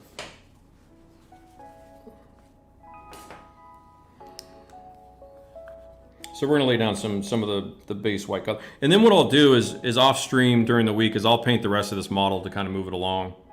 Let me get on camera here for you guys. 1, 2, 3, 4, 5, 6, 7, 8, 9, 10. A little bit of a big 10. My football fans know what I mean. Okay, where's my thinner? All right, here we go. Got a little Mission Models thinners in a cup. I've actually found it slightly easier. Get the eyedropper. The thinner bottle, when you tip it to drip it out, sometimes it gets a little messy, and you guys have been watching that, so there's a little cleaner method, if you will, like if you're just trying to be more neat and tidy. So we put 10 in there. I'm gonna put 2 drops of thinner. 1, 2. It's about 20%. I've got a nice day. It's not so hot today. It's a little bit more mellow today. It's actually beautiful today. It's a beautiful summer day. This is my brush. Mix that real quick.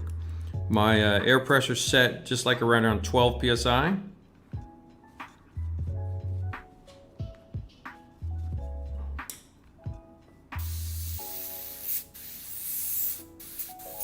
Just testing it out on the towel. So I'm going to spray my eyedroppers. It is a little bit harder to spray on camera, I will admit, because the distance is a little bit off.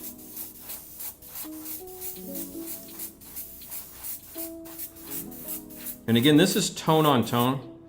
It's a little bit hard to see, but that's why I'm using the white plastic with the white. I want it to be kind of the primer for it so that the tint gets a really nice shade of that creamy white. I want it really pure. Because when I sprayed this color over gray, it looked different the other day, and I want this creamy white. And so that's why I'm doing this. It's very specific, if you will.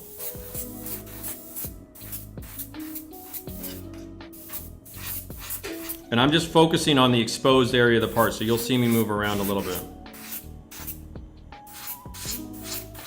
Yeah, airbrushing on cameras, honestly, it's a little overrated. It's a little bit clumsy and cumbersome, but I do want to show it. I should stick those paper towels better. And it's just trying to get the angle so you guys can at least see what I'm doing. But you can see how that goes down. It's you know, this is Mission Models paint straight on their clear primer. I've got my hair dryer. I'm just gonna tap that real quick.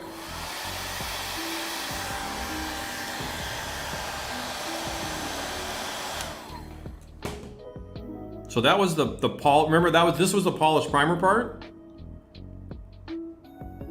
That is a smooth matte coat, my friends, ready to go. Now, let me take that same paint. Okay, still got the paint in there. I didn't use much of it, obviously. So this is the polyurethane additive from Mission Models. If you guys aren't familiar, that's what it is, the poly. The company likes to use poly for a lot of stuff. The reason I'm doing this on the Gundam stuff, which as I thinking this through, because I am an armor modeler first, so I'm coming into this where they have a ton of markings. We have some decals coming in from Child of Mecha. Tim Harkins, I don't know if you're around there, makes some great Gunpla decals. We're gonna be putting decals on the Gundam model. So if I poly this now, and I'm just kind of showing you the process, but with the poly, because it gets kind of that satin eggshelly, then when I buff it, I'm ready to decal. And that's a durable polyurethane finish at the end of the day. We're good to go. So I'll catch up with some hellos. TJ, what's up, brother? Yeah, I want to do a Forge World, and I want to do a Titan. I do definitely want to do Titans and stuff like that for sure. I saw somebody did something on Instagram the other day with the Titan. I was like, wow, dude, that's crazy. Really cool, really cool. But anyway, let's put a couple drops of poly in this. Give him a little zoom. Okay. So I'm gonna put 2 drops in. 1, 2. It does add volume, so I'm gonna put another drop of thinner in. Just got over here. And so what I'm gonna do is put another layer on top. Where's my eyedropper? Here we go. Okay, so let's put on. Let me go with one little more. Okay. Just in case. Give this a nice stir.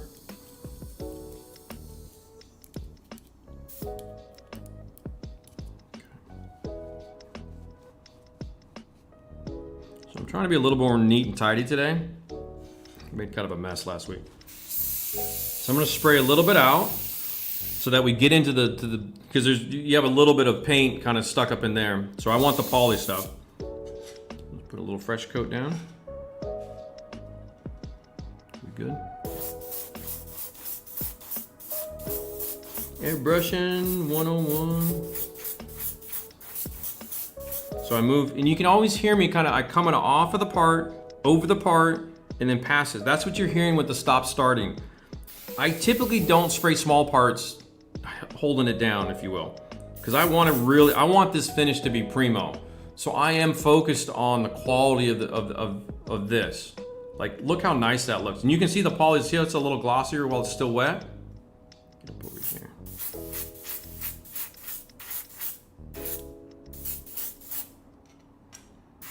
And these little alligator clips on the stick are great because it's easy to hold, and then it goes right in the tray when you're done. And this is useful for any modeling. That doesn't have to be. But small part painting, oh, yeah, it's a little tough. Have a harder time with the English language sometimes. But yeah, so this is small part painting, but you can see the quality, guys. That's just that. Good days, good days, good days. And this is just painting on. I'm waiting for the time when this all goes to crap. Like last night when I cross-threaded that nozzle. I'm glad it happened last night because the Tourette's kicked in and my neighbors probably heard that.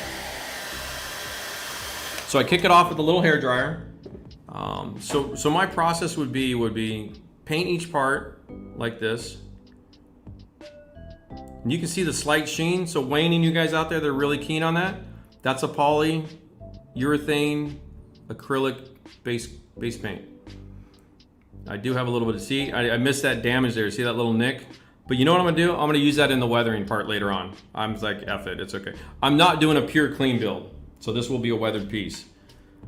So that's kind of the bottom line on that little process.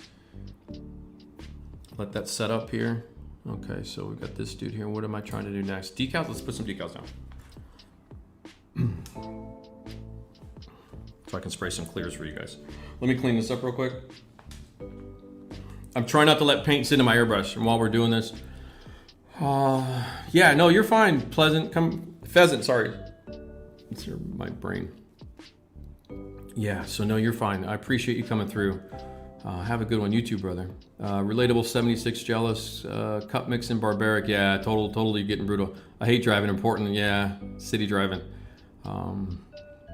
Yeah, so ever use a VM? So Bill Moore asked, ever use a VMS HD varnish? I have not. I'm familiar with the company a little bit, and they came in late to my. I'm well equipped. So one of the things is I'm trying not to be a user of all the stuff anymore. Partly because of space, trying to keep a little bit more efficient workflow for myself. VMS stuff, I haven't really dived into them. I think they're British. But I haven't really got into their stuff. They looks like they do some really interesting things though. You know, they're really thinking outside the box, which is cool. Shoot, what is it? True Earth? True Earth out of Italy is another one. I have some of their things. I haven't quite used them yet, but I do want to try some of these other off brands, if you will. Not the heavy hitters. Just to see what it's like in the practice. I'll try to incorporate some stuff over time, Bill. So, always guys, it's good to ask and stuff, and if I can grab it, I will. So what do we got here? Going back to paintbrush, Sylvain, you said that the low Cornell number 2, yeah. I'm so sorry, dude. This is kind of news to me in the last couple months. I'd kind of heard rumblings, didn't pay enough attention, and sure enough, I went back to buy some from Blick and they were gone. So, but we'll work on replacements for you guys. So Risen says he's working on a Warlord Titan. Yeah, I'm super unfamiliar with the stuff, 40K and Warhammer and all that stuff, and who's who and what sides are what, Space Marines and all of that. I've seen some amazing work, even at Euro Militaire. I think one of the heavy hitters was really into it and did some remarkable. It's the one where the dude's standing on the head, I think, is one of those. There's some stuff. It's crazy. Lots of talent, which is cool. So full size. Yeah, you guys are talking about, 3D printing is going to change our world. So you guys in the chat, I'm going to clean this airbrush. Those of you looking for different paint brushes, I think Jonathan Anderson is mentioning to Sylvain, the King Art Original Gold 9020 Max is identical. Okay, there you go. Run with it. Run with it. I'll follow up myself in the future and order some. I think another friend of mine has sent me another link. Maybe it's the same brush, but maybe another one. I'll try to get it. You know what? I won't put all my eggs in one basket this time. I'll try to get a couple brands for you guys internationally so that Europe and Asia has some stuff. But again, really, really quick, about 15 mil, centimeter and a half, 5/8, a little longer than half an inch. And this is an old one. I got yelled at for using my old brushes, and spiteful bastard. But anyway, you want a little bit longer. I don't use stuff like this very much anymore. Hold on one sec. Like that. So let me just show you comparison.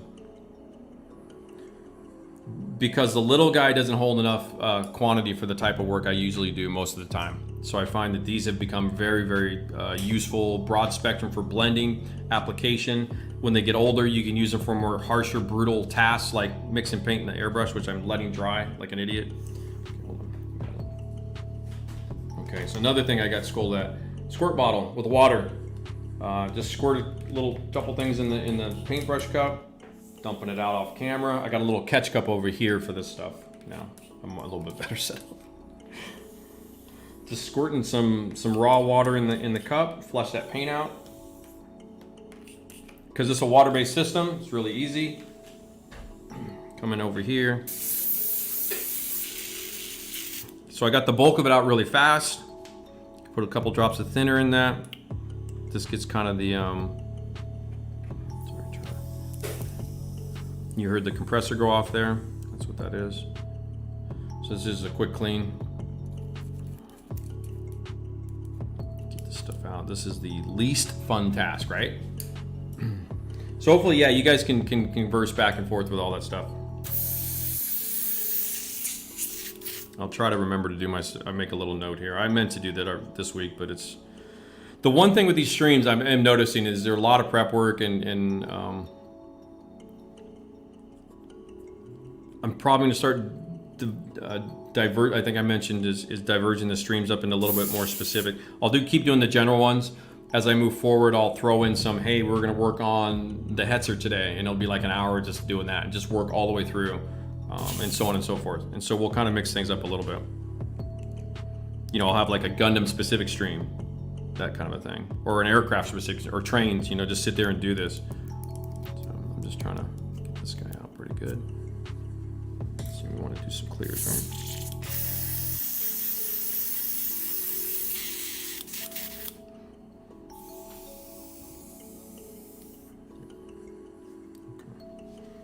Towel, wipe off the overflow a little bit, put this airbrush away for a second. Oh, okay. I usually put one drop of thinner back in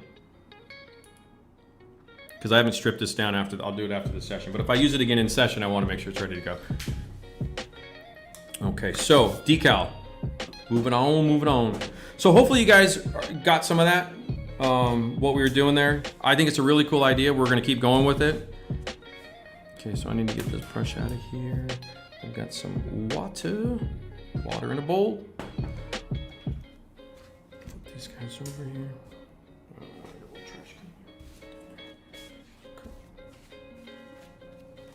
Okay, so like I said before, we can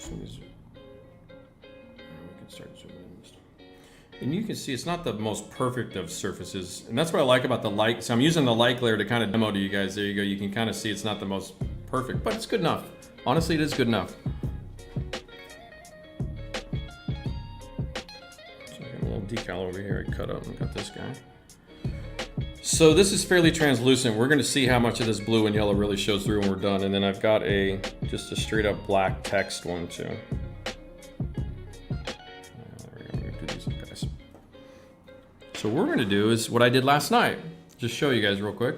And it doesn't matter if you guys are gloss coating first, it's totally cool. I'm just showing you putting a decal on. You know, I know I've been asked this. It's not the most exciting demonstration, but you know, so I've got these dudes, they're classics. You know, every good bench has them, right? Let's see, Microsoft is out of Eastern Europe. So geez, VMS is out of Eastern Europe. Okay, yeah, again, I'm not super familiar with all of them. I thought they were British, maybe not. Isn't there a new one out of the UK though? I mean, I can't remember. VMS is Polish, okay, all right. Yeah, so speaking of Hobby Lobby's got a sale. We all love a good sale. Has anyone seen Grumpy Vegas at Hobby Lobby? Okay, so you guys are cooked. Okay.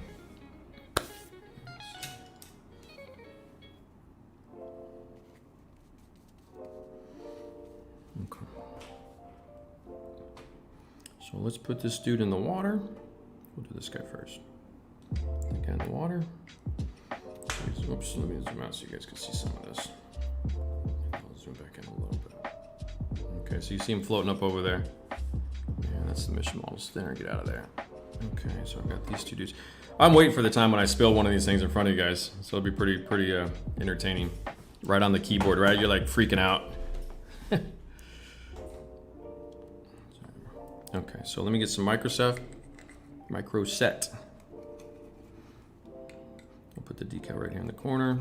Good stuff.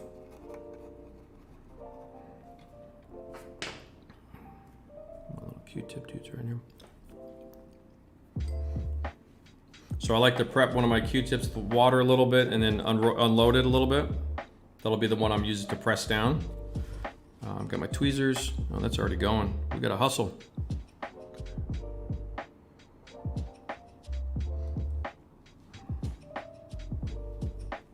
need my eyeballs.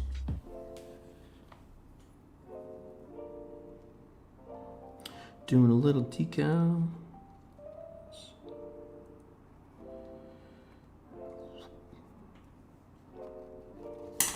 Get him up a little bit.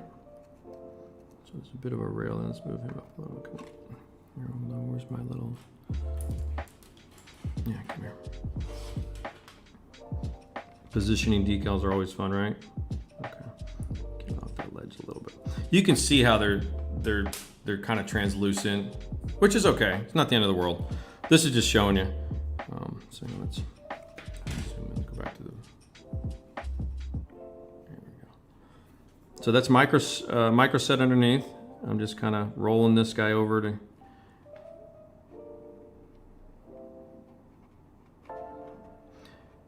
Dun, dun, dun, dun, dun. A little wrinkle in there.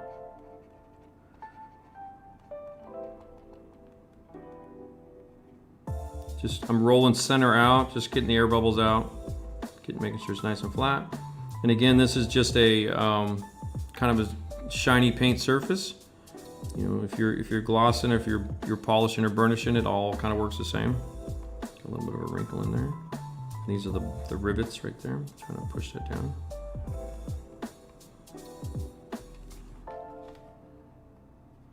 So that's, you know, early days. It's early days. Okay. I'm gonna put down a little microsol.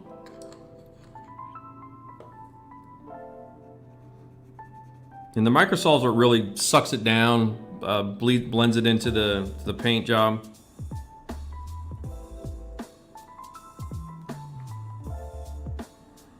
Kind of let that sit for a little bit.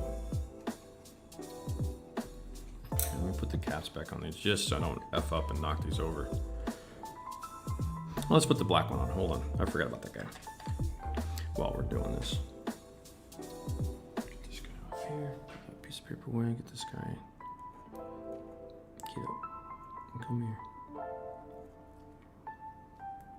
Put that guy in there real quick. So usually when I'm going between the microsol and the microset, I usually just wash the brush out real quick with water a little bit, but it doesn't really matter. This is pretty straightforward stuff. Let's put this guy up over here. Put a little microset down there.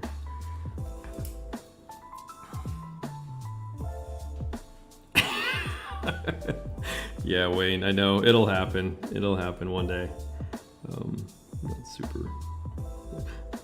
The worst that's happened so far is just me cross-threading that nozzle on the airbrush last. Target has Bandai also. Yeah, that's a new thing. Target is started to work with Bandai has started to work with Target and Walmart to provide Gunpla, which is pretty cool. They did with Toys R Us years ago, and it did not go well, and they kind of shied away from it. But because Bandai and Bluefin is the main distributor for all the Bandai kits in the U.S. That one went down nice, but we'll just leave it right there.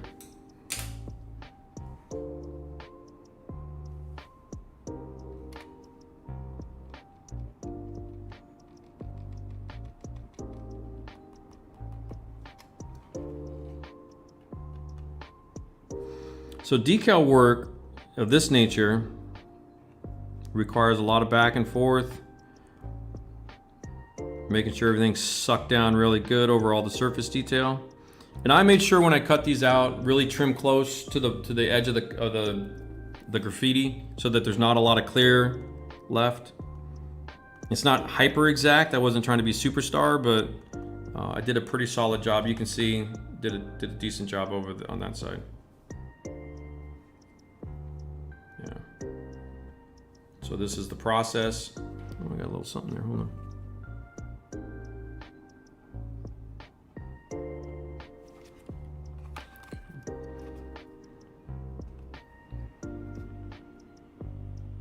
Yeah, this one's got a lot of little air. Probably gotta work these out.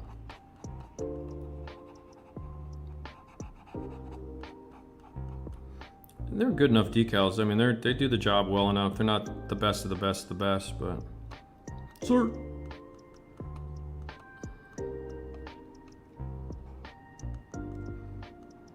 So what I'm going to do is get this to a point where I can let them go for a little bit, and then we'll start weathering on the left there while these ones tighten up and dry, and then we'll put a flat coat on it. So we'll start weathering on the red a little bit and playing with some oils and stuff. And then what I'm going to do is to wrap up the stream is we're gonna move to the colored robot over there, and we'll do some weathering. But let's get the decals out of the way.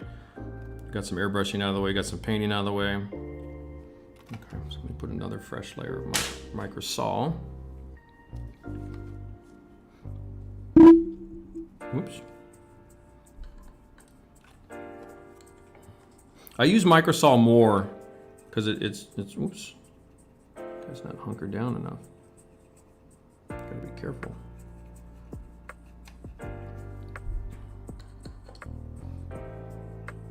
Yeah, most of you guys are very well practiced in decaling and stuff. It's, you know, obviously some of us like it, some of us don't. This is pretty cool though. I don't have too much problem with this.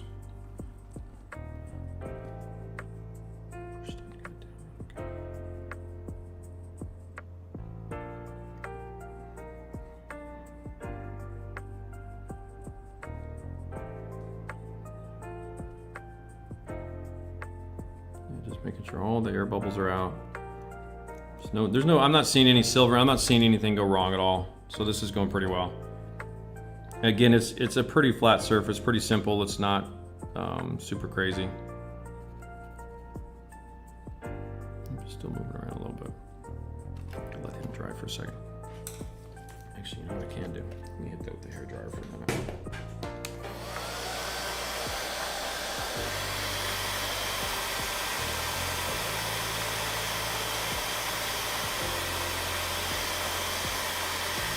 The hairdryer is good for so many things. There's no point in watching half this stuff dry all the time. You know, again, this is not a complicated surface. It's not like a hatch opening or anything like that. So I just need it to do its thing. This is demo decaling. Again, more microsol.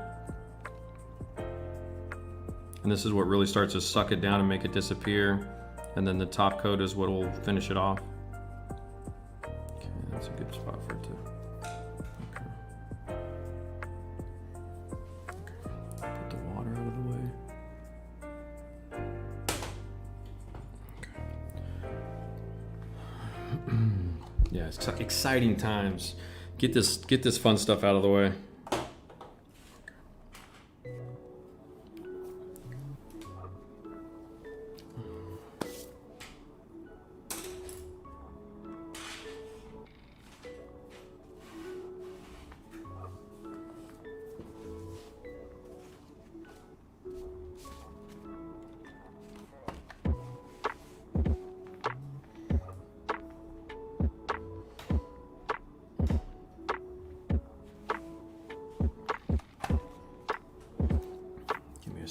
setup, guys. Where's my fresh coat paper? So I'm gonna get some odorless thinner. So I prepped this. This is a new oil palette from the last couple streams. It's got all my colors on there.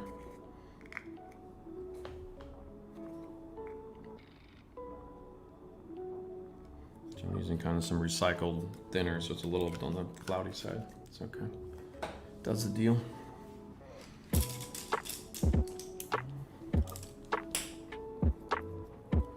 Just grabbing some brushes here, a couple color brushes, and then some blenders.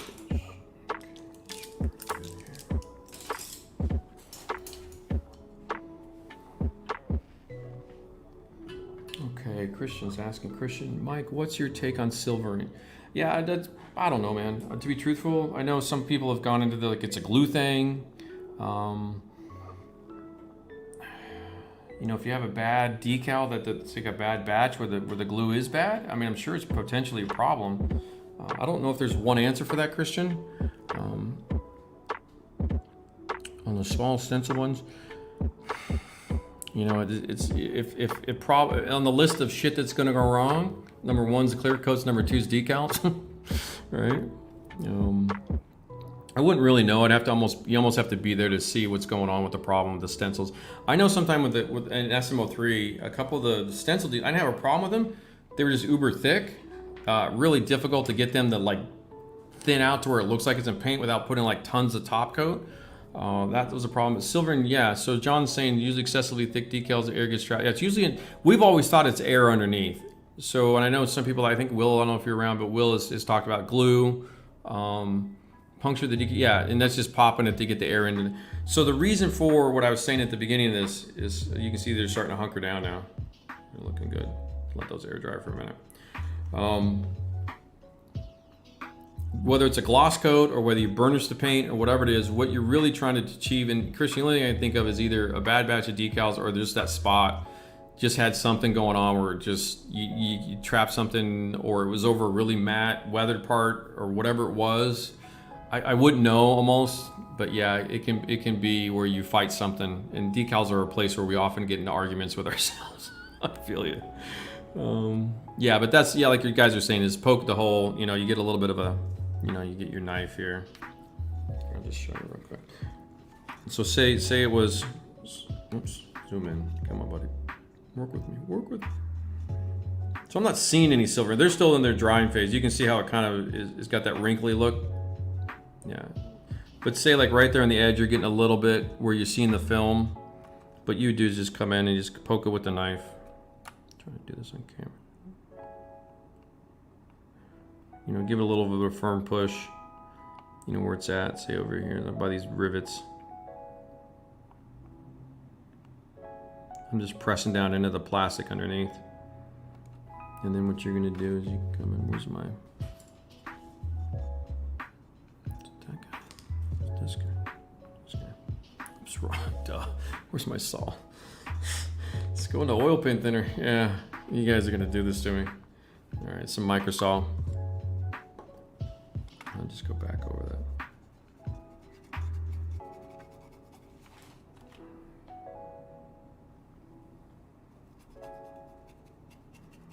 And sometimes when I'm really working these, you know, I'll do this for like a rolling decal session, you know, where you're getting really serious with it, where you're doing this, where you're either production line or you're going around the whole thing or whatever it is go through this 3, 4, 5, 6 times to really micro saw those down over like the course of a day, and then let them go for a while.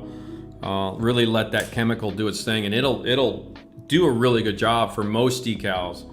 You know, you have to be kind of, a lot of you guys are experienced, of course, but as you're coming and going with decals and kit decals and thick, you know, we say, to me, decals are thick. We historically know this. So you have to prep, you know, you kind of, if you're going to use them, or you replace them with like a cartograph printed version.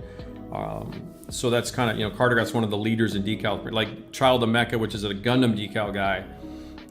He gets all his printed via cartograph, so that you know they're high quality, the ink's good, the thinness of the film is really good, they go down great, etc., etc. It's a huge part of the conversation.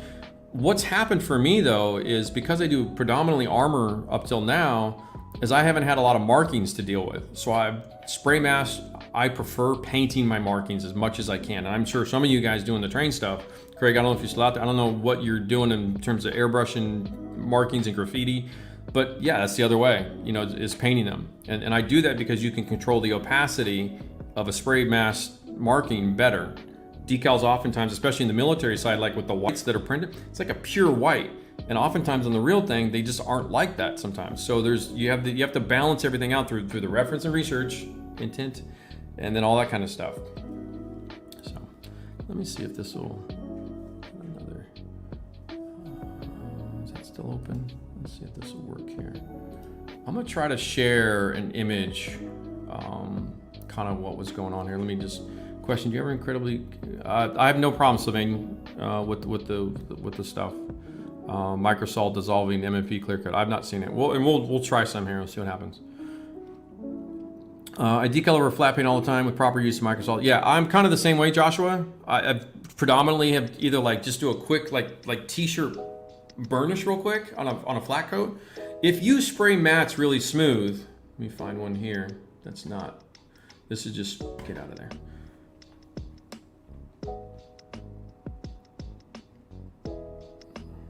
Yeah, you could throw a decal on that. You're probably gonna be okay. Oftentimes a good quality product, they'll work okay. You don't really fight it. It's just, you know, like if CJ's having a bad time with it's probably a glue issue where if you're fighting them a lot and you know how to decal, oftentimes it could be a product thing, I don't know. But buffing the surface works really good. Yeah, that's what I've been talking about, is kind of, you know, burnishing and buffing. The small stencils, it could have just been an ink issue or something. Yeah, so you're hand painting. That's what I kind of thought you might be doing. But this is also another idea, and I haven't really played with it too much. So I'm blurry here on screen. Is taking these decals and then repainting over them and using these as kind of your base, kind of like, hey, I can spray paint right back over that, or if I want something tighter. And we'll try some things. We'll see how it goes. Actually, let me see if I wanted to see if I can share this. Share the screen. Let's see, which one can I share? Can I share a screen? Hold on. I'm trying to share a reference photo, guys. Hold on 1 second here. Share, stop screen. Okay, so can I shoot? Oh, here. Is it already in here? Add to stream. Okay, so here. Can you guys see that? I think you can. Can I zoom into that? How do I don't know if I can zoom into that. So that's this guy. So Craig sent me this earlier. It's this guy. Same basic train, but it's red, and we've got a red boxcar. So let's see what kind of things we can do. Can you guys you can see the train picture on screen, guys? The photo, the reference photo. Hopefully. Yeah. So to me, decal adhesive for the win. Yeah, there's a lot of new products. I don't do a ton of decaling simply because most of my projects don't really call for a lot of decaling, but I have noticed either it's a thick decal conversation and you're putting down a lot of solvent to get it to work, to get it to go down, to get it to suck down and thin out, or you're flat coating and top coating a lot. But yeah, okay, cool. Thank you, Gareth. So anyway, that kind of an idea of, you know, using a reference photo. You know, I really like kind of the, you know, all this kind of stuff, but you see in kind of the variations and stuff here. That's actually pretty cool. So yeah, pull the guy back out, go back to this, a little side-by-side action. Let's go back to this dude. There we go. Yeah, moving along. Moving along. Where we at? Almost 2 hours coming up. Okay, we'll do another. Yeah. So that's dry enough. I can push the conversation and flat coat that. Which, you know, before we do the oils, let's do that. Sorry, before I get started on that other path. Okay, let me just put flat over there for you guys.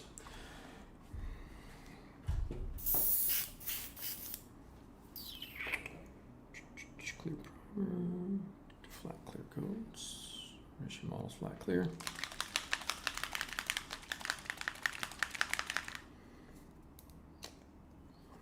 So let's put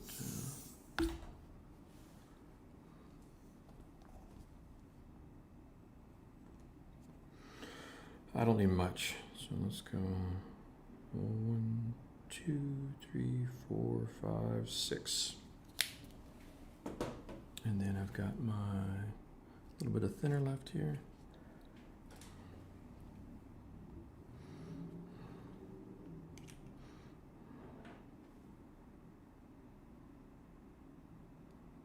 Like 1.5 drops. Kind of cheated that one. I'm being a little bit more precise with this. Because clear coats, the more, it's like baking, the more precise you are, your better results. I'm trying not to be sloppy and hustle, all that kind of stuff.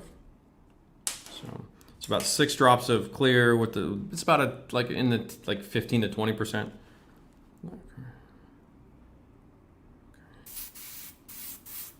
I'm gonna close this up a little bit. So this is where the Mac valve comes in handy. So left is open, right is closed, righty-tighty, all that stuff. Okay.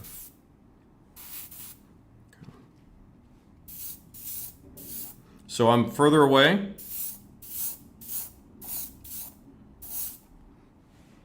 See how that's going down? It's already starting to cut that out. Cut the gloss down, I mean. When I say cut, like in that conversation, I mean like I'm kicking the gloss down to a mat now, like little terms like that if they come up. And I'll get the door here too. So what I wanted to do, and I know Relatable 100, if you're around here somewhere while I'm doing this,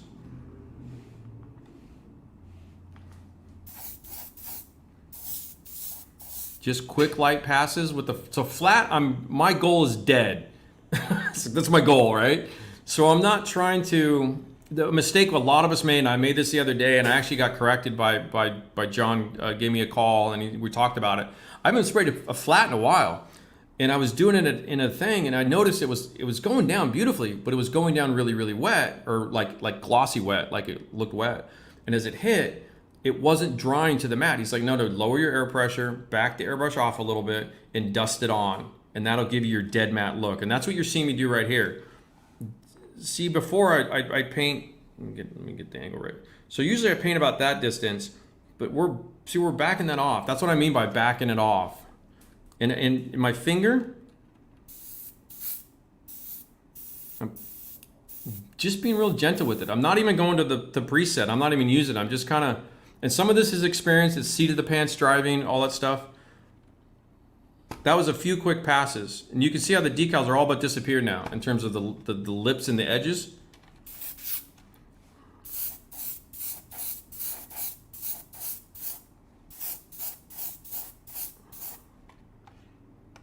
It dries almost instantly. I'm just open this door up a little bit here. Make sure I get some on there. Just want to make sure I hit everything properly. And then the little ladder here. Yeah, and this is just I don't even know who makes this. There's not even a brand on this. I don't know how, this is probably low. A friend, Jason Reese, thank you, by the way. I'll put links to these guys because he does some cool stuff.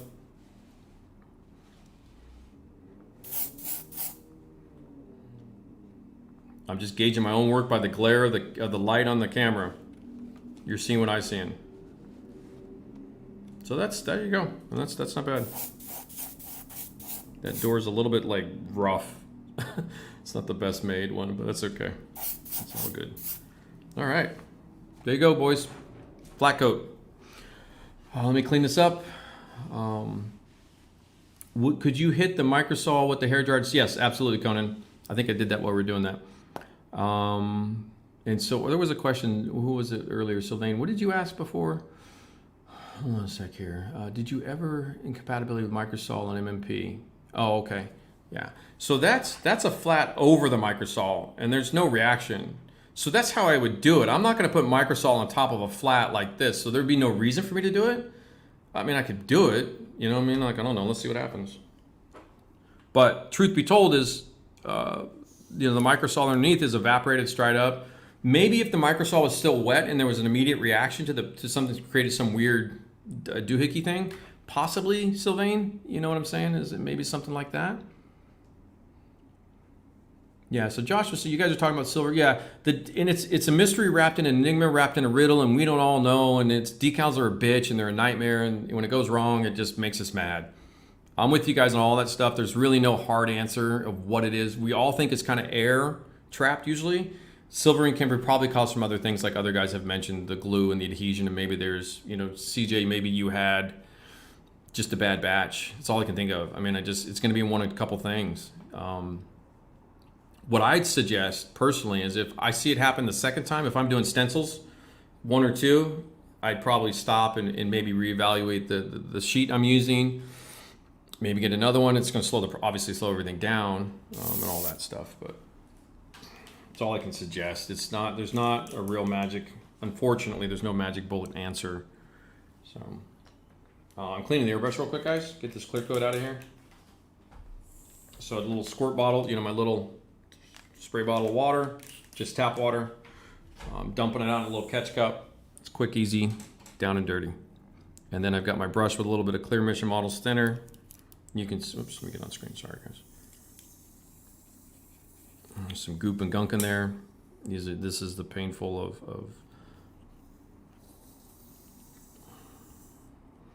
I'm just trying to get a basic clean down so I can move on, but I don't want to leave this stuff in. But that worked pretty good. You know what I'm saying? Like, I mean, spraying a flat coat on camera. I mean, it's pretty much dry, ready to go. I'm just kind of doing the cleaning stuff. Okay, question. You don't seem to have a spray, but yeah. So Sylvain, it's water-based system. No need for it. That's why I'm also using it. It's my health. It's this water-based system. None of the stuff here I'm really using is toxic to any level. Unless you actually like drink it. Which I'm obviously not. But so the MMP system is all water-based system, which is why I've switched to it, so I could do this. So because I rent. I don't have a booth. I don't have, I'd have windows open just for the sake of having windows open and stuff, but it's kind of loud and whatever, but there's no smell. If it smells like anything, it's like I maybe like, fresh, clean kitchen or something like that a little bit, where it's just kind of like, there's a hint of a chemical smell, but you're not really, well, the overspray, yeah, there might be overspray on the keyboard. It's an old keyboard. I don't really care, but, I'm spraying like there. So any overspray is going to be just a little bit over here. This is demo work. I'm not doing like an intense 2-hour spray thing. So I probably put a covering down, well, the keyboard wouldn't be here. Let me just be honest. The computer's just kind of in the way, but I have to stream. So, this is how it's going. But there's nothing happening here that's going to ruin anything unless I spill, as far as the spraying goes. It's kind of going into the paper towels and most of it. In fact, I don't even feel anything, to be honest with you. I'm pretty tight. This is 12 psi. We're a couple inches from the surface, so you can see and it's not lacquer. It's not a cloud of lacquer dust going everywhere. So that's why. Yeah, we're boys. Yeah, and I'm sure the ladies out there too. Yeah, Clinton's like, yeah, we're smelling the farts. You can't smell them. No, I'm kidding. I haven't even eaten yet today. Yeah. So, but that's that's kind of. I made that decision. I just, it's not an argumentative. It's just, it was kind of personal. I was like, a decade of lacquers. Because here's the thing: you got to put the mask on, or you got to have the booth, or you got to plump it through. That's the whole thing. And then disposal. You got to be honest to that, and you can't dump it down the sink. This stuff's water based. It doesn't harm anything. And I've asked hard questions too to them. I said, hey, like, yeah, you're good to go. They're EPA certified. You can hit the microsaw with a hairdryer. Yep, always. Yeah, hairdryer is your friend. Okay, everybody caught up. Let's get some oil work. Tape. So I've got some double-side tape on the bottom of my little palette here. You guys are pretty familiar with most of this stuff now. Staying on camera is my hardest part today. It is warming up though. It looks like it's gonna be it's about 74 degrees in here now. So we're getting a little bit more, which is a good time to switch to oils.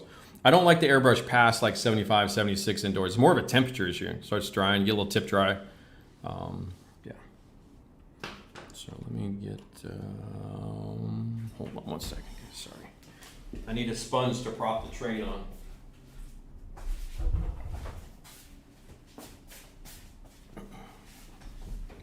Okay, I'm back.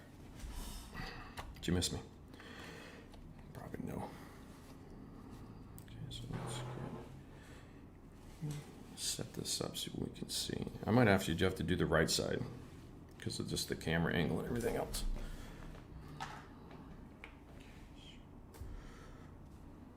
I haven't taped the thing down yet. Hold on. I'm gonna put the thinner there. put the double side tape down. We're going to tape the thinner down. Okay. Just push that down. So that'll keep it. I have to really hit that. I have to really hit that to knock that off. And that's why I do that, because when you're working like this, these are so light. Like this is so lightweight. It just pushes around when you're trying to get the stuff on the brush. So if you're not understanding what I'm doing, I'm putting the tape down. And I like to keep them somewhat close together. So push that down. See, so now that's down. Like I have to really push to tear that off, which is what you want. And that's a workflow thing, so that you're not holding the thing down while you're trying to get the color on the brush. Just clean up a little bit. Let me swap paper towels. Where's my dude here? Okay, so this is my little, this is all the unloading stuff. Okay, so we've got, I don't need my tweezers. Yeah, septic, we just moved to Puerto Rico. Ooh, interesting. Well, how's it over there? Curious to see how airbrushing will go. Yeah, I think I have, we're temperate rainforest, which is mellow humidity, Pacific Northwest. But what you're going to deal with, Brett, I wish you the best. I do.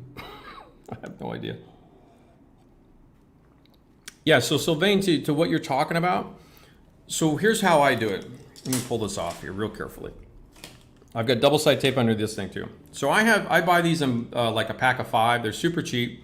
This is just a plastic, like your little lunch container thingies. This one's made by Glad in the US. Seal that up. Keep them, and then make a trip to your like auto parts store. Like if you don't want to deal with this, and this is how you should do with your lacquers and solvents if you don't know how to get rid of stuff, is keep them in a sealed container, and then like like if you're doing a lot of this, like if you have the glass airbrush jars, the ones I'm talking about, where you stick the airbrush in and clean it. If you don't know how to get rid of this, put it in one of these thingies and take it over to the auto parts store or something of that level. And most cities will tell you where to do this, to dispose of chemicals. They will take care of it because they have special dump and pickup processes for their oils and other things that they deal with, and they can go with the paints. That's how you typically, I like to deal with it in a city environment. Just to be fair to everybody, don't be dumping any kind of chemicals in this. You just shouldn't be. I mean, I don't want to be that guy, but especially the solvent stuff, it's brutal. Stuff's brutal. And I'm just trying to be, on point with my stuff. And that's not me trying to be like politically correct or anything. It's just, you just don't want to be putting that stuff down there. So anyway, but these are water-based, so they do break down all that stuff. But I do take what I do. So when I'm painting like this, I do take that over there. That's how I deal with that. So I'm not clean. I will clean little tiny amounts of this water-based system through the sink sometimes, like if I'm flushing an airbrush out when it's done, but that's the extent of it. So I use these little like containers. Like I said, they're super cheap. And that's an easy way to do it. And they'll keep for a while. Once that lid's on there, if you can't, say you're stuck, Sylvain, say winter hits, you got to keep it a couple months, just, keep them in a closet or in a corner. Then, when you can get out and move around, if you don't have a, whatever. So I'm prepping my airbrushes, my paintbrushes. So I'm just getting it. So what I'm doing is I'm prepping them in the thinner. Okay, I'm gonna need my eyeballs for this.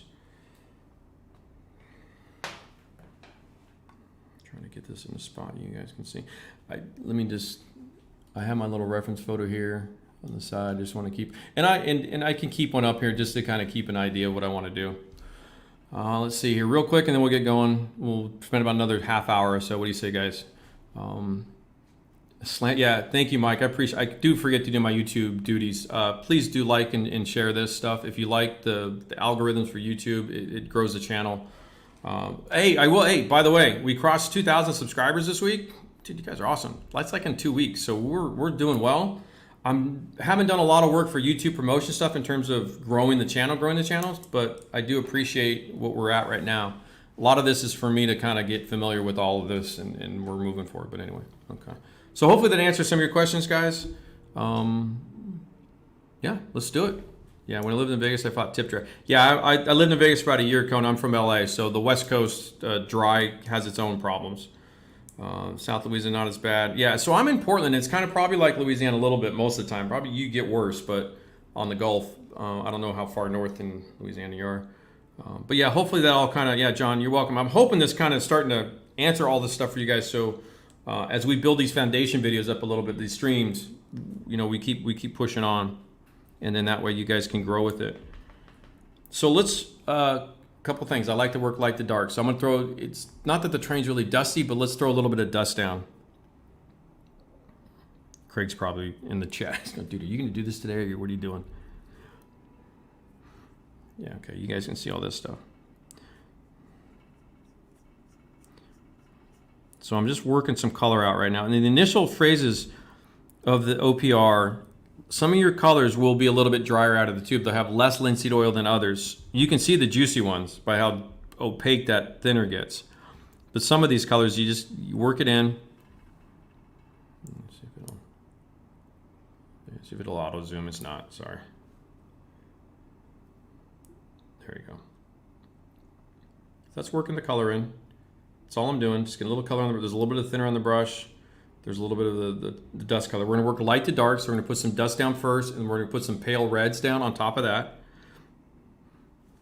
Have to rezoom to the paper towel. So I'm gonna do this, I do this for a minute or two. The first few times, it's a little bit of the early stages. This requires a little bit of the rhythm. It is a little bit of a rhythm-based process. So that's why I work this way. Let me hold on one second. I'm gonna put a little bit of thinner down on the surface here, because that's a really matte surface. Oh, got a little bit of a hair in there. Okay, or lint or something. Just put a little, just kind of pre-thin the surface a little bit. When it's this matte to start, you'll have a little bit easier time, especially when you put a light on a dark, a light dust on a dark base like the red. You might get some staining. So a little bit of a pre-wet, you can kind of see it. See that? Just a little bit of a pre-wet, and there's some lint and dust in there. I'm a little bit sloppy today, fellas. Sorry. Oh, I got it out of there. Came out. You can kind of see the decals up a little bit. I could have put more flat for sure, but that's okay. Don't judge. Don't be judging me. Okay. Yeah. So you guys are gonna get a real good visual in this. This is kind of I'm looking for that. It's a balance of kind of. Let's see, come on, camera. It's a little slow. I think the phone's getting warm as it heats. Okay. A little bit more thinner. Yeah, there you go. Oops, sorry guys. There we go. So watch this. So it's a little bit like a wash. It's a little bit of a capillary and doing its thing, but see how that, let's see if I can zoom in a little bit for you guys a little bit better.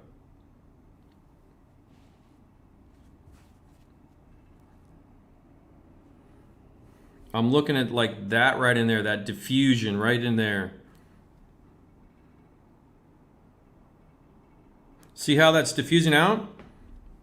So this is what I call in the books when I talk about this, especially the SM books where I really introduce the term. This is a wet application. I've got thinner on the brush, thin paint on the brush with the thinner. So it's obviously all together, but so I put thinner, get the oils, I thin it some more. So real quick, the reason I like this over the pre-thinned enamel conversation, one of the reasons I think this is a step up, if you will, and to Corey and some of you guys in there that are new to this, is because I'm the volume control right now. I control how much thinner's on this paint, and using a raw paint with a thinner in this manner, I can control that almost immediately and on the fly. And that's a powerful thing because I can, as I do more of this, you'll see over the next few minutes.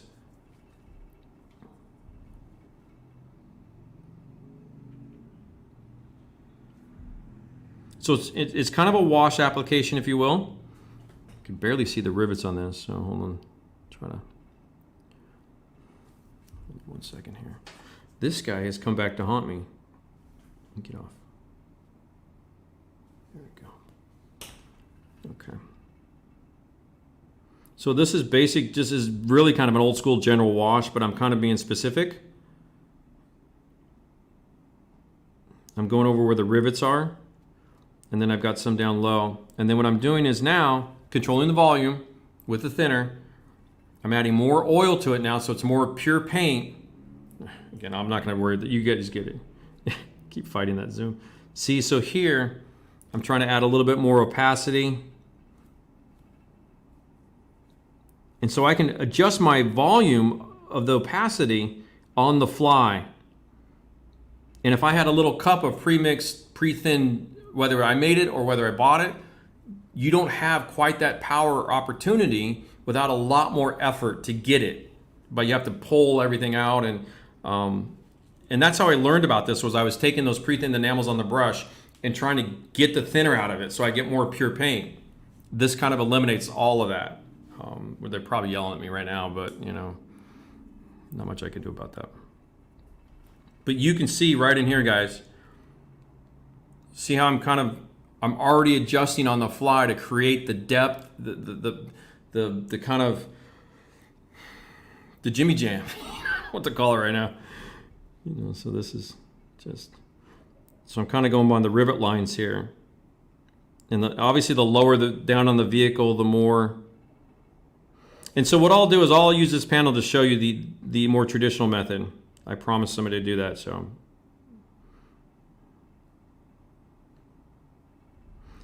So I'm just getting kind of that nice diffuse over those rivet lines. Let's get in here a little bit here. So by laying the light dust color down first, I'm actually going to add darker rust strips and grease and grime on top of this. So we'll layer this up. So looking towards the future, I'll get to you guys, but looking towards the future, I'm thinking ahead, okay, well, I'm going to start adding rust and chips and grease and grime. But if you get the dust down first, it's way easier to deal with. So get this on here, hair dry it. So about like 80% dry.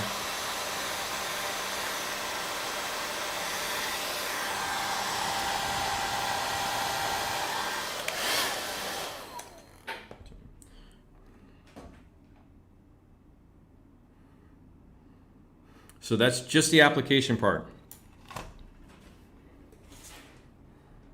El Rico. Okay, zoom back in. A little bit of thin. See, I just hit that cup right now. That's taped down, so that saved my butt.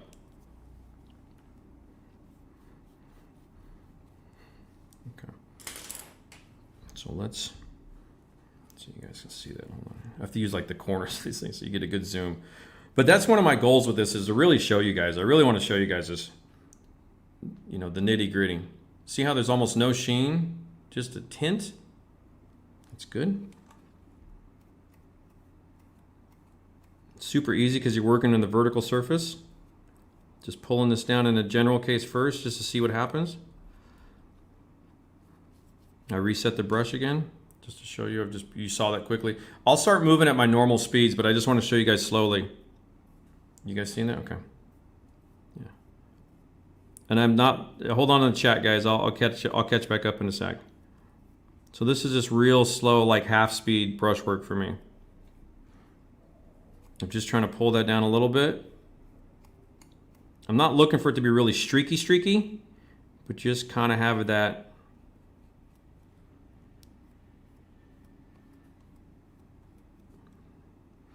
And see how you start to get some different opacity variations as you pull the oils together and coagulate them a little bit or whatever. Collect them. Coagulate. We're not coagulating anything. Make sure you guys can see that.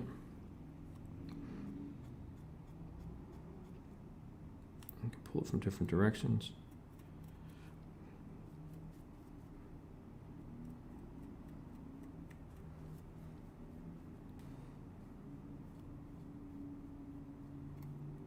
So I'm kind of in between the rivet lines now, kind of going a little bit cleaner.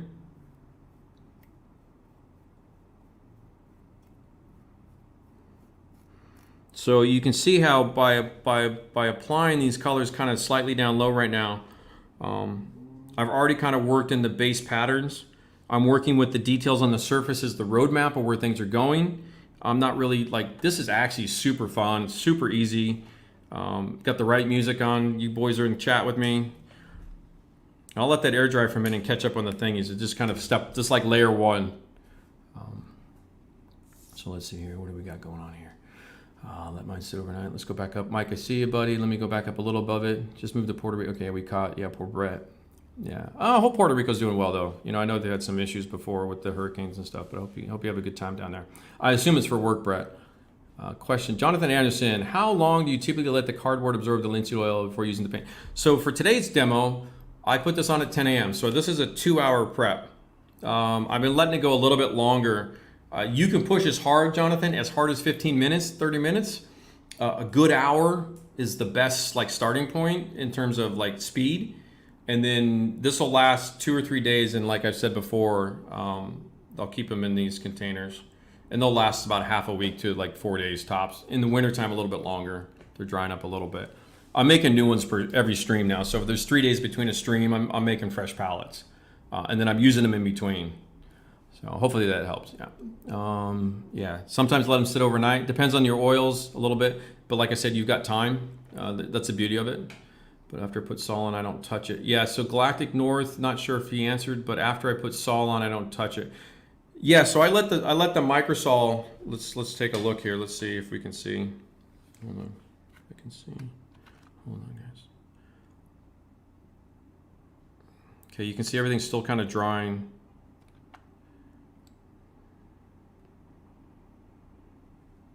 I'm just kind of looking at the quality of the decal. I'm looking for like raised edges here. It's a little bit thick over here.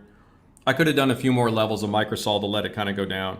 But yeah, what Galactic North is saying there is, I almost pinched through the train. Almost. I don't know if you guys got that one time where I pinched through the book. So good. Oh, let's see. Not sure. Yeah. Okay. So. Yeah, foreman is evaporate. Yeah, I'm pushing. What I mean by pushing, I'm pushing time. Everybody in chat with the decals, I'm hustling. To get the demo going for you guys, just so you can see the process. Normally, I'd let a little. I'd even decal and come back tomorrow, and then do some more sol on it, just on top. Sometimes I'll do it for a couple days if it's kind of thicker. If I want it perfect, I'll put some time in.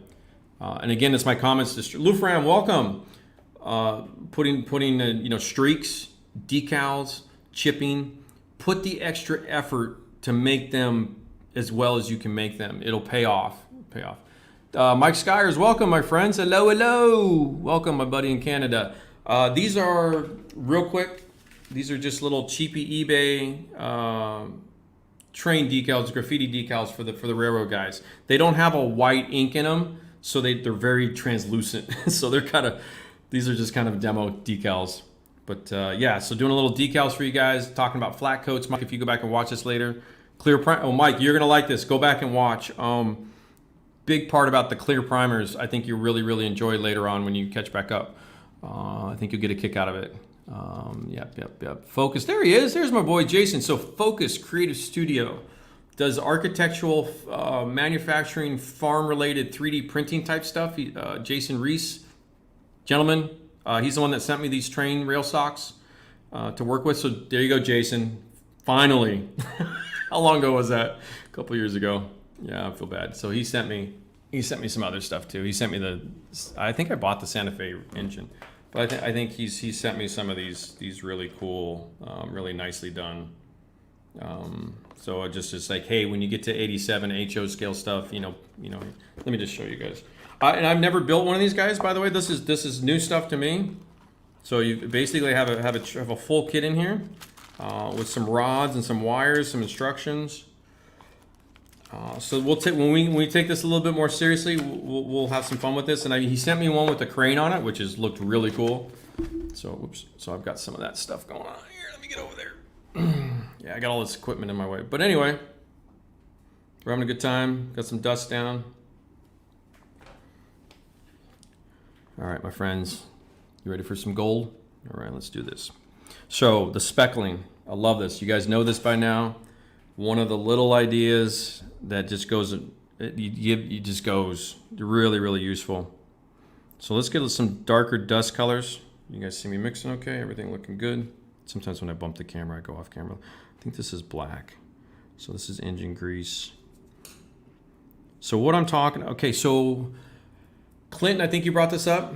It's not exactly what we're talking about, but when I was mentioning in the research phase of this stream about the different layers of stains and liquids and the transparency elements, let's get it.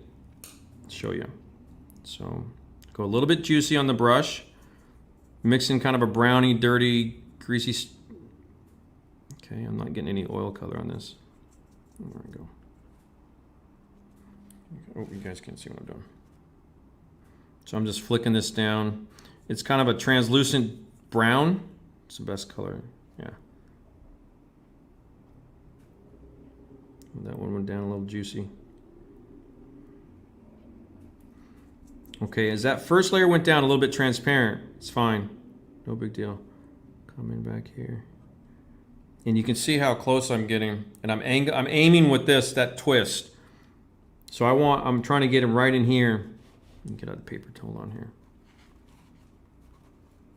I'm trying to get this color in. It's a little bit of black and this is, and I'll leave the color description in the description later on after the stream, guys. So I'll have the whole palette colors. I've done in the other ones. So no worries. Get a little bit darker tone here.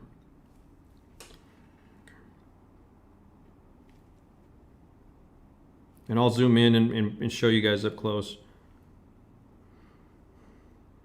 And what this does, when we looked at all those, here, I'll pull those back out. Hold on one second. This is one of my favorite things to do.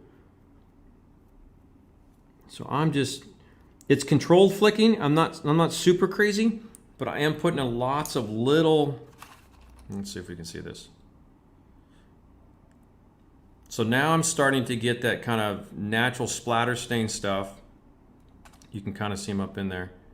So what I'm trying to start, this is the beginning stages. So if I'm doing this, it's going over real quick. Let's see if I can I do this on the fly? No, it's not that one. That one, this one, okay. So what I talked about in the beginning of the stream regarding this particular photo, it's getting this kind of grittiness. You guys are seeing this, right? That's dust and then speckle, dust, speckle, dust, speckle. You can do the dust with pigments as well. This is HO scale, so this is 187. So I'm using oils, a little bit more finer. Get the hiccups again. Oh, hold on, but yeah.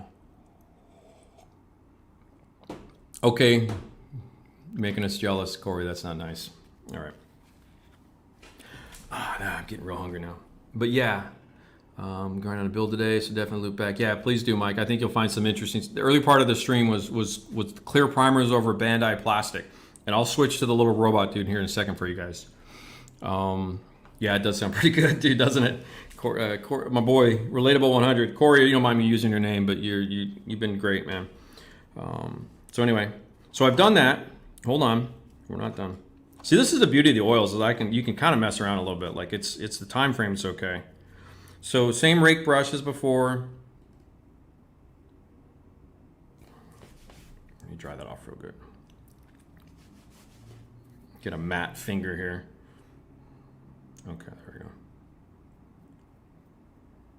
Yeah, so see that sheen right there, guys?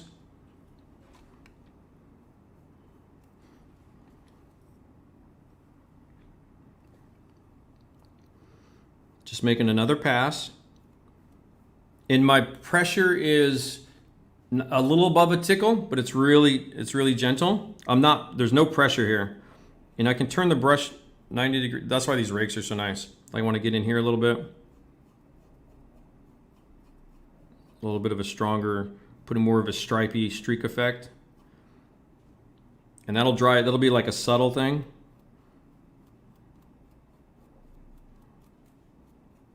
And the brush is starting to dry out now. I can feel it, I can see it. I'm not getting a lot of blending, but it's just enough. You can push some of those. So if you have this little thing here, see how we have this like rail? Let's get some stuff in there, because what's happening is the brush is flicking past that. It's not getting down in there. So we can deal with it though. It's pretty easy to deal with. That's got dark stuff in it. Actually, that probably work. Let's do that. Let's put a little darker, greasier. But because I got dust down first, I can come in with some dark colors already. Kind of a dark tan-ish. So it's a little bit, so that there's a contrast in dust colors. Again, this is the beauty of the oil palette. I can do this when I'm humming and you're in the zone, or not me, but when this works and you're not, interrupting kind of myself like this whole thing. There is a real flow that happens here in 20, 30 minutes. You can you can already see how far we got. So I've tilted my brush up to get the angle to get that down in there.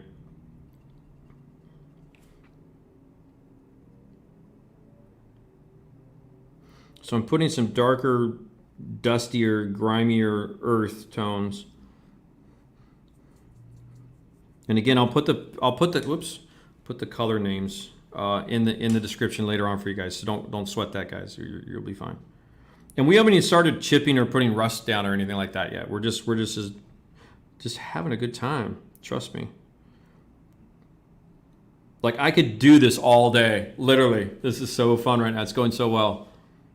I hope you guys can see that. So I'm kind of going over where some of that lighter color. My glasses are in the camera. It's intimate, that's for sure. So see how we're starting to get a little bit more of a second level. Actually, you know, let's do a little diffusion action for you. Okay, so I switched to my blending brush to this guy. Come on, camera, do it. Okay. So this is kind of a little bit older. It's a small rake brush. It's been kind of old and abused. It's a 1/8 rake. These are great. And these are just blenders, so they don't have the bristle style. Like, don't do a sable, but you know, it's so I get a little bit. Oops, sorry. The quality is nice, though. I will say that props to I don't want to be like a Maco or anything, but the color accuracy of what I'm seeing, what you guys are seeing through the dealio, not bad. Not bad. I mean, the auto zoom's a little weak, but it's okay. Okay, so stippling over where I put that darker dust down. Because trains have that little grimy or dustier look as they do their thing. So I'm just kind of love tapping that a little bit. I'm not really putting a ton of pressure in that. And what happens here already, again, oops, just touched that. Gotta be careful. I'm gonna pull this up here. Talk about this because this is important stuff. This is the stuff that's really, really good for you guys. I think you guys will really dig this. Okay, so, and I'll pull the Sherman photos up again because it's the same relative thing, and I want to illustrate the crossover between that type of weathering and using the reference of military for all this other stuff, even though we have good train stuff. If you look right here where my brush is, see how that red's exposed? That's your dark base color. What happens is that's what happens when humans interact with the machines. They're brushing that off. So it almost is kind of a byproduct of the way I'm blending and how I'm working with the paints and the brushes, that if I just kind of use that now right in there where my brush is pointing out, so I can clean that. See how, do you guys see how that happened? I just used the side of a clean brush bristle and just went sideways. Let's see, hold on. Okay, you see that little ledge? Just using the, it's literally that simple. So whether that's the edge of a turret hatch or whatever, let me see if I can pop that photo up real quick again. Okay. So what I just showed you guys real quick. There we go. It's exactly how you get that look right there. Does that make sense? It's that simple, it's that easy. If you have any kind of detail work like that, it's exactly how all that goes down. You got your dust coat down first early, and then as you're working through stuff, a lot of times with the high spots will automatically get brushed off like a dry brush, pulling the original base color back up to the top, giving you that contrast. So you don't have to paint that. Again, later, you can, but it already kind of is building up that look for you. Because I can go back into that ledge now, and I can start working with that because my color shifting with the dust and everything else in here, right in there, and that on this little ledge right there, that's all happening on the fly. That's all kind of doing this whole thing. So hopefully that kind of hit with you guys a little bit. That's because, fellas, that's money. Look, I mean, that's already coming alive. So yeah, I can't wait to dig back through this one from the beginning. Yeah, thank you, Jason. I think you'll enjoy it. I try to be a little more demo heavy, even though there's good conversations, and I'm trying to be a little bit more diligent on the demo part to help you guys. to address, you know, it's fair criticism. I'm a little chatty. I get it. Yeah, okay, cool. The decal process. And so for you, Corey, this is what you do. And so you're seeing, let me show you on the door, guys, the difference. Let me, hold on, I'll get to this. I have a single question for you. John says, I didn't want to take too much time out of the, no, you're fine. You're totally fine. Building models for 40 years, always 35 recently. Hold on here. Keep typing, John. Yeah, so to recap, guys, I know some of you are used to this. If you're not used to a live stream, the point of it is for you to interact with me, ask the questions, try to answer them live one-on-one, and if they're not with this, it's okay, ask them anyway, and we'll keep it going. It makes more discussion in the videos, which some guys don't understand. But yeah, this seems to be, if you're older and not used to live streams on YouTube, that's what this is. This really is me talking to you guys through the chat. I'm just not sitting here bullshit. I'm trying to be a little bit more on point. But yeah, Lou Friend says, human interaction seems like one of the most overlooked elements of weathering. So glad you're hitting on this. Yeah, dude, your work's beautiful. So I hope this even helps you to improve your stuff. Lou Friend does amazing aircraft, guys, by the way. Him and CJ in chat are heavy hitters here, I think. And I do follow them. I follow them on my own long before this happened. So I'm familiar. Okay, so recently I felt the need to upscale. Okay, we're older, John. I'm 50, so I feel you. KB wanted to be specific. What are your thoughts on scale? Okay, good question. Okay, really good question here. Let me take a second to address it. It's important because as we grow, let me grab some stuff here. And I will send I'll reach out to Bayan Wu. He's kind of mastered this a little bit. And what I'm going to talk about, it's real simple. Let me just grab a couple bigger ones here. So in the 16 scale or larger scale, 6 scale, even 32nd scale aircraft, I tried to do all of this on a 30. I don't know if the guys are there. There's a few guys here that saw me do. Basically, John Foissey, is it Foissey? I think I said that right. So this is this will handle 1/144th, 1/100th, 1/72nd, 1/48, 1/35th, and some 1/32nd, as in terms of 32nd aircraft, and most of the ship scales too. This will handle all that. But as you grow to 1/16th armor, 32nd aircraft, twin engines, bombers, opens, plan form stuff where there's a lot of space to deal with, moving up in your brush sizes. So these are we have a 6 in it. You can see why this is such a hard thing for us to deal with. Okay, hold on. Because the number 2 brush isn't the same number 2 brush across the board. The one on the left's a number 6, the one on the right's a number 8, and they're basically the same. This is a slightly different tip though. But the orange was an AK one actually. So start moving up your brushes, John. What I would do if I'm you, and it doesn't matter the actual physical size of your test piece, but I would even get like a Tamiya 35th KV one and just pretend and just play with the larger brushes a little bit to get comfortable with it, because you do have to shift up in volume with your palette, with your thinner quantity. You're going to get a lot juicier, comparatively speaking. Here, get my guy here. It's a good question because this is going to become, but that's kind of what I'm. Whoops. Put your hand behind the brushes. Yeah, just my camera's not. It's I think it's getting a little bit warm. There we go. So you can see the size difference. Let's see. Okay. So here. Okay. Let's see if I can pull this off for you, John. It's a good question because I think it's relevant. Because there's other train scales. There's other scale. So you have to kind of maneuver. Okay. I'll be slightly off camera. That's okay. Same process. Nothing really changes outside of just volume, I guess you can say. So 1 to 10 is normal for us guys, and then you're going to be like 1 to 15 or 20 on the volume scale because you're just dealing with so much more surface area. So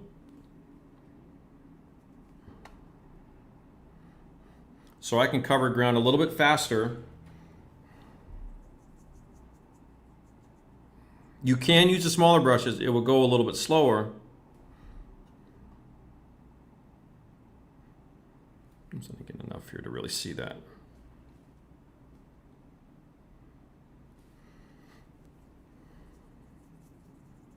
So you can lay down the color just see how much faster I can move. And that's going to be kind of what the difference is really just scale up. This is, I would say number 4s and number 8s when you go to the store or when you're shopping. And I say to brushes, and you guys, everybody out there who's testing this stuff, I always say it's good to buy just a couple of selection. If you can do it in person at an art store, you can see all the racks of brushes. These are, go for the watercolor synthetic stuff. They tend to play nicely with everything. You don't have to buy oil brushes or sables for this type of work. $4 or $5 per brush is a good price point for this kind of stuff. Hopefully that kind of jumpstart you there a little bit, but that's what this is going to be. So you're laying it down. I don't have any bigger rakes, I don't think. No, I don't really have any. Rakes are rakes. It's okay. I can hustle through this, but so with that.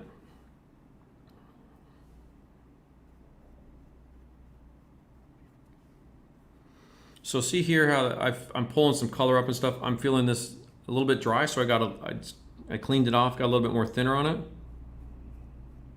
There we go. It's a little blend in there.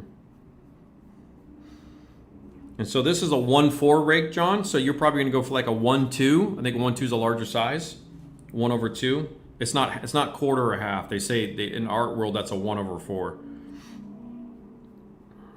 But not all the numbers. It's like clothes sizes a little bit, like for girls, like we're a 0, a 2, and a 4. They don't always quite mean the same thing. But yeah, you just have to kind of get up in there. So anytime I do this, we've got kind of a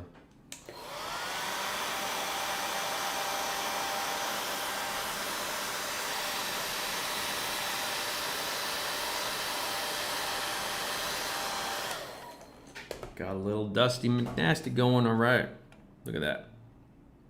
This is, and we're not getting as far along as I wanted to today, but I'm gonna keep going for a little bit longer too. But I hope you guys are really starting to see the correlation between where we went from a pre-painted object with some decals, flat coated it, prepped the surface. So once you go to flat coat, guys, you can go to weathering. You just go. There's no stop. There's no reason to hold up. There's no time situations going on. I'm gonna switch the robot here real quick. Because that way if I stop this, we can come back to this. But just show you the dried effects again. So you can see some of the little speckling stains in there that are starting to happen. Getting a little bit of a decal edge up there. I'll show you how to deal with that in a future one too, when that happens. Because that happened in SMO2 on one of the thingies. One of the decals on the tractor. Actually, I promised Corey real quick. Okay, so the difference is, let me show you guys real quick. Well, I'll stick around for a while. We'll push for another half hour. We're fine. If you guys are on time and you're cool hanging out, we'll hang out. If you got to run, you got to run. Don't sweat it. Okay, so let me see if I can do this here real quick. Let me get a fresh brush here. There's my eyedropper. Okay. So I'm putting some oilless thinner.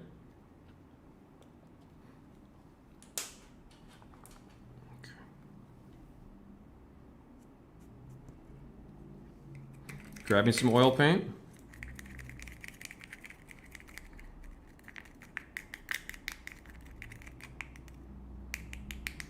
Okay, so this is traditional making an oil wash, what they call an oil wash. It's oil paint, it's not an oily color, just oil paint. Oil, that's all that means. This is gonna be a dust color.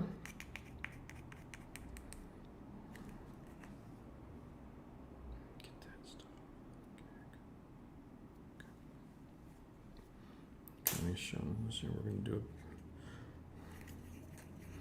So what's happening now, so you guys are kind of a little bit clearer on this conversation. So this is, whether this is pre-made or store-bought in a bottle, so if you have like a pre-thin wash, this is kind of what a pre-thin wash is. So right now, I've lost the 100% opacity factor already. Obviously you can see that. We're probably down to a 30 or 40% on the best of days right now.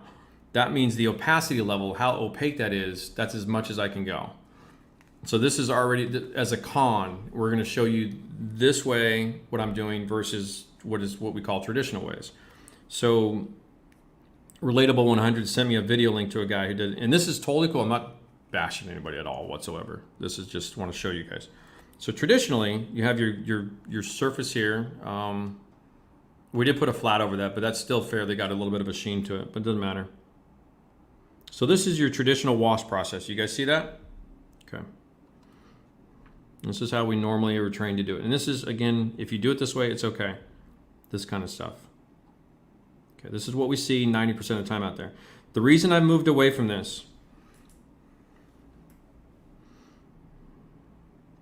at this point in time already, I've lost control. Now it looks good right now because it's like you're getting some juicy opacity there. There's a lot of thinner on the surface. And to the Gundam guys that use enamel thinners, put it the other way. On your joints, this is what causes you problems on the joints if you're not fully primed and protected. This will crack. If this is an enamel thinner, this will crack the plastic, the ABS plastic that Bandai uses. That's the word that comes from when you guys hear about all this stuff. This way here, it sits on the surface now. Technically, you're supposed to let this stay this way for a little while. Traditional, and because there's an angle to this, I'm letting gravity kind of pull it down. If I moved it up, it's going to go even more, so it's kind of a 30, 40 degree angle. If you lay it flat, it's going to diffuse out a little bit. But right now, the traditional process is to let this sit for a little bit. Can't do anything. Technically can't really do much right now. I can add some speckling maybe to enhance it, maybe combine the techniques a little bit. So when you get into this right here, what you see on videos and edited content is the time lapse is pulled out. We're doing this live. I have to wait. You let me know when I'm ready. And not to be facetious and asshole. Sorry, it's kind of mean. But what you saw over here was 1-to-1, how fast this goes. It's ready to go. It's dried. It's already going. That shift in workflow will radically change most of you. If you're not, even the Rick Lawlers out there, and I think some of you guys have asked questions about, it's because you're coming from this idea of that wash and letting it go. I have to wait this out, guys. I can hair dry this, but if I hair dry it, all that wet stuff is going to start pushing around. I technically have to let this hair dry for a good at least, now it's not, there's no tide marks because it's just the nature of the surface, but you can see so you roll it. That was probably a little bit juicy on the mixture, and I could adjust my mixture. I could create a thicker mixture. Here's the thing with that. I already do all that right here. I already do it on the fly. I do it immediately. It's intuitive. It goes so fast, and with boom, hair dryer, boom, done. I can you time lapse that out of the actual work. That's probably 30 seconds worth of work, 40 seconds worth of work. This is going to be 10, 15 minutes worth of drawing, 20 minutes of drawing, and I'm already frustrated because I can't do anything. No, I technically can, but I'm trying to compare the process of how they teach this. This is the same for aircraft. This is the general wash on the surface of a model. It doesn't matter what it is. And that idea, we'll put this aside for a minute because we'll pull in the robot here. That's where, especially for production work, you really get into trouble with some things. Actually, while this is going on, before I switch to the robot, because I did want to do this and see how it looked. So Corey, Relatable 100, I hope you can kind of see immediately the restrictions applied from this way. I'm out of control because I can't control my opacity where I've got kind of a, not there. And I'm gonna have to keep doing a lot of work on this to get it to even look like that. Probably 10 times the work in terms of time to get over to this level already. And I could flow, I could probably have this whole car done to this level here if I was fully prepped in about an hour. If I'm hustling, if I'm pushing maybe 2 hours on a good Sunday with the ball game and a beer. And I know Craig and some of you guys in the chat that do this, you know what I'm talking about. When you move from this stuff, over to this process. And that's a 100% paint process controlled by the thinner on the brush. And you maneuver that like a volume knob on a radio. From 1 to 10, 0 to 100. It's all on the brush, it's all on the fly. I can paint pure paint onto this with this process. I cannot paint pure paint from a pre-thin mixture. That's why. That's the biggest difference that you're going to see with this. And I think some of you guys really will kind of start, you have to, if you come from that world, which is most of us, all did this. Because what's happening is you'd have to find ways to get the concentration up, like simmering, sauteing on a pan where you're concentrating that liquid down to get a more opaque version.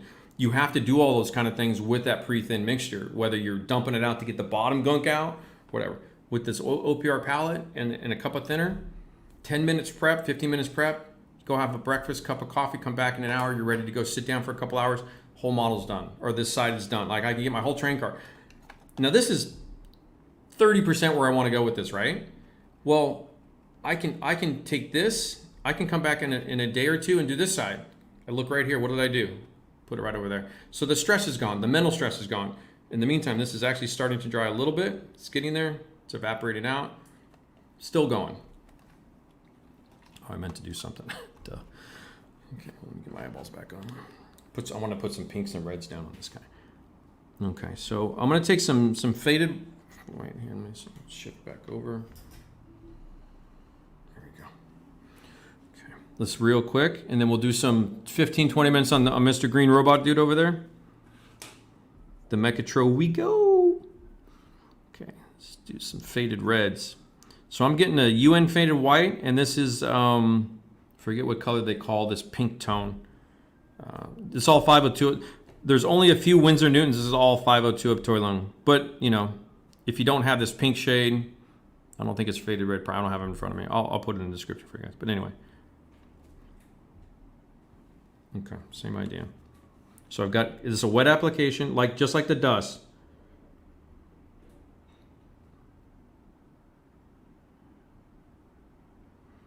So I'm going to do this as like a faded red.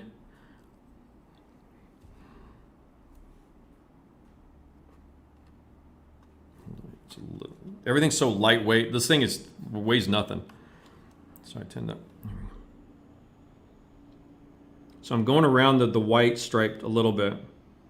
I put a slightly darker tint. I picked a little more red and put a little bit slightly darker.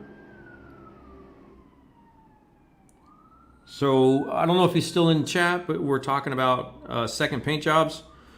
So you can see in there, I'm starting to put some pinks down. I just wanted to see how this was going to look. So I'm going to take my little angle dude here. A little bit of thin. So I'll see how dry that is. Stippling. Oops, sorry. Doesn't switch back. Okay.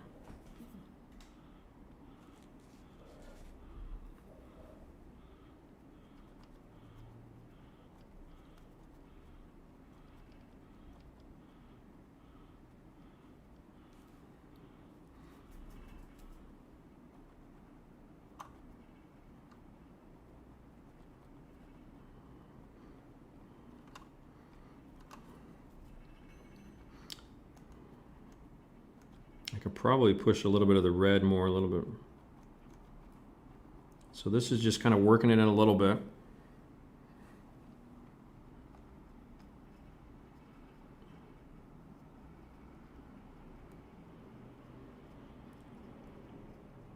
So this is faded paint and tinting. This is basically a concentrated filter idea. It's not really doing a dust. It's more pink in front of me. In fact, hold on. Ooh. So you guys, we'll have warm and cool conversations. Let's pull a little yellow. Let's warm this up a hair. Let's go a little bit more orange. Okay.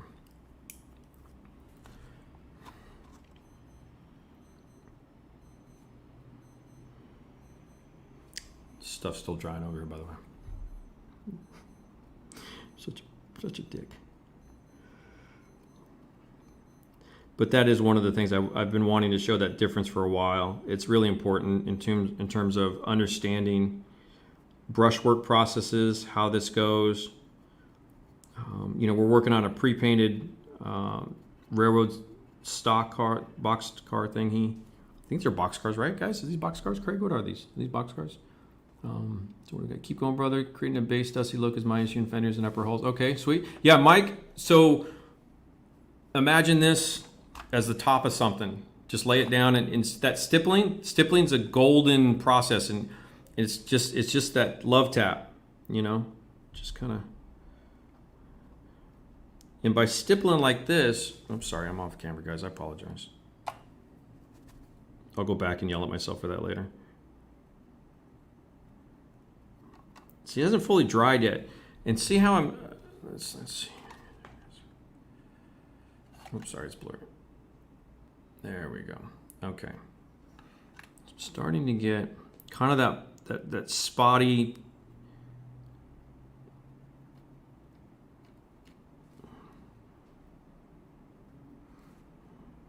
Spend a little. See, I'm spending a little bit extra time on this. Kind of focused. Come on. I'm focused while I'm trying to get the camera to focus. Hold on. Reset the sponge.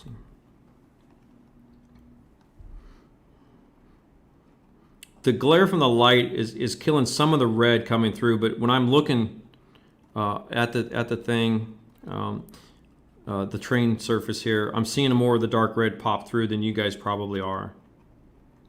That's okay. So this is actually a little bit more pink. And I got a little bit extra up over here, so we're just kind of. So when I'm talking about the working section idea, see how I'm just focused on this. I don't care what's happening with the rest of anything. We'll get to it.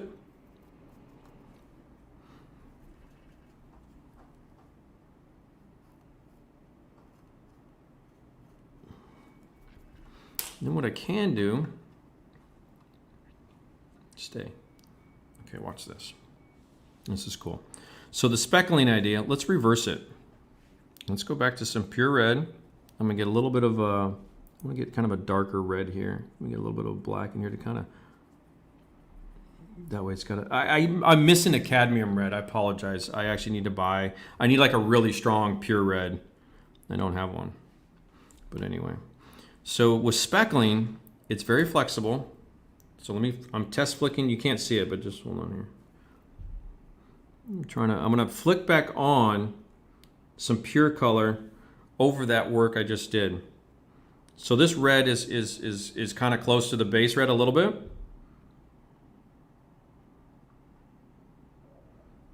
And it's just very super gentle flicking.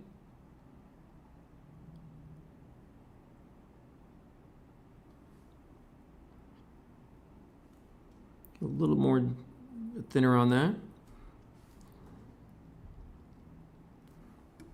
And so this is kind of base color speckling the base color back into these faded tones in dusty. You can even come down a little bit and even do some red speckles in here. Get that a little bit darker. So you can kind of see this stuff. Kind of a darker red here with a little bit of orange here. Yeah, a nice pure red would really be nice, and I just don't have one. I usually don't really use reds. So I'm test flicking, okay. There you go, now you can kind of see some of that. There you go. Oh, stop here. And this just adds that grittiness, that kind of.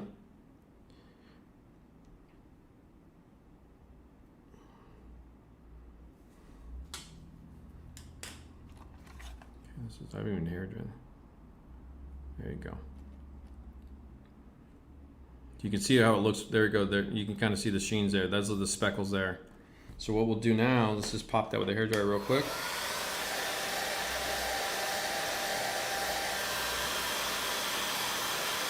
I'm gonna dry that little door real quick because it's almost there.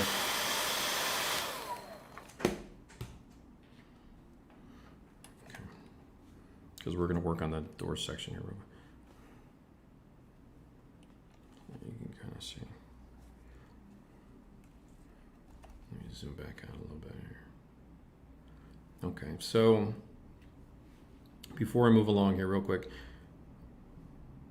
that's what I'm looking at there is kind of fading the red a little bit. I haven't even worked the ladder at all or added any chipping yet or any scratches yet. That happened pretty quick. This is the door. We're going to work on this in a second, and this is what it looks like fresh with just a matte coat. So you can kind of see from here to here, that idea, how quick that goes, how easy that goes. That was, I looked up at 2:41, so we spent 20 minutes talking and working on that. A little bit, 15 minutes probably. So you can do that, kind of 10, 15 minutes, 10, 15 minutes, 30 minutes, you know, an hour, spend a good hour on that. Get in here in the ladder and we'll do that. We'll save that for later. Let's just clean up this door real quick. But you can see in that time how long you've had to wait for that wet oil to dry. I can use the same brushes though. So what you're going to do is, let's do a little bit of...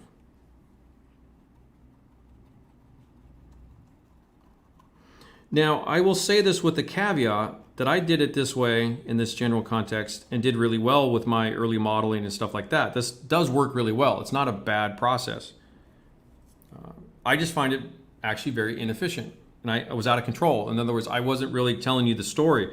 I'm adding weather and I'm adding dust, sure, and I can really fine tune this and work with this, but it's a little bit on the slow pace, slow roll. And when I get into this really hardcore, I'm using my reference photos and I'm trying to actually recreate certain things on those reference images. That's what I want to put down here, and that's something that when you do it this way on the left, you don't really have that opportunity yet, and it takes a long time because the secondary part of that is you would do this over the whole model. Not that you have to, but traditionally we're taught that. You put that wash or pin wash over the whole thing, and that's one whole step, and then you're doing a whole thing over the whole thing, the whole step. I really enjoy working this small and this focus, to use Focus Creative Studio, little segue. Just kidding. I'm happy you're here, Jason. Thanks for coming by. But this is really enjoyable. I can spend a whole good half hour to an hour to 2 hours on this over here, take a break, come back. Every time I look at that, I'm happy. I'm smiling, I'm inside. I'm like, oh, that's really good. I'm happy it went well on stream, but it's looking good as well. It's enjoyable. It looks realistic. I don't even have great references in terms of this surface here, so I'm kind of even clumsy for me, kind of in terms of I've not studied my trains enough, because I have to, in still replicating quite effectively for you guys. So Focus asks, why the base dust layer before scratches and rust? In a case where, 2 reasons. If it's not super beat up, again, to check references, sometimes they just don't get cut and scratched and chipped as much. And I have a lot of questions, hey, can you do a little bit lesser? In a case where you have that opportunity where maybe the subject isn't quite as fully beat up in terms of scratched down to whatever, putting the dust down first on a pre-painted piece that's not a hairspray chipped idea in terms of a scale model build where you're pre-painting your colors and chipping through and then weathering. In this process here, I'm basically working light to dark. And then what I can do is I can come back in and chip this specifically a little bit simpler without getting crazy, too intense. I want to control the chips a little bit more in terms of, like I said, this isn't maybe this car isn't quite so old or it's been repainted or whatever kind of a thing. And so this gives me some flexibility, Jay, in terms of being able to control that a little bit because this is a pre-painted piece. So I'm working within the spectrums because of the project itself, and that's another good point to talk about.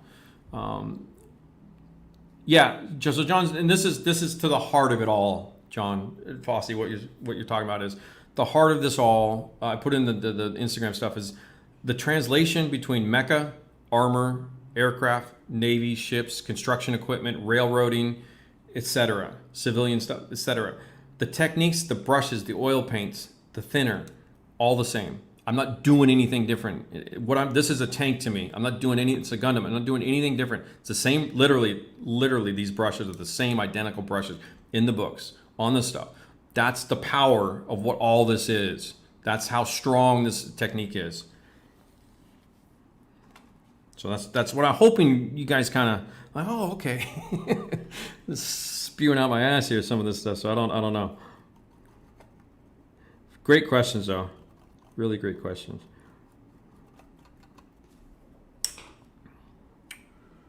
So if I'm stuck in that, do I have another brush here? Hold on one second. There it is. Pull my little dust wash you got over here. So even my little dust wash has evaporated. So if I have to work with it, I've got, that's this thing here, this guy. So I'm just trying to work with it a little bit. So even when I'm unloading it here, come back in and do that. So you have to kind of keep doing this. Like if you want to build up the opacity, so I'm unloading it to get a little bit less thinner, to pull the thinner out of there, but it's still so heavy in the thinner. Yeah, I'm just adding more washes on this. But see, I could, with this palette idea, I could have done that so fast with the unloaded, put pure oil on it a little bit and just a hair thinner and get really opaque without the capillary going around. Like I wouldn't have to wait for this to dry. Even though now it's in a dryable state. I can hair dry stuff.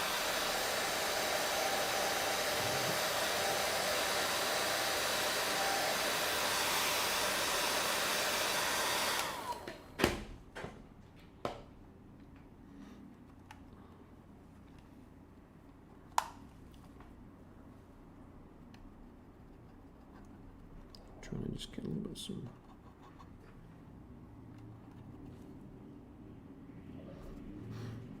And you can see the thinner's getting the stuff. There's actually clear thinner on top.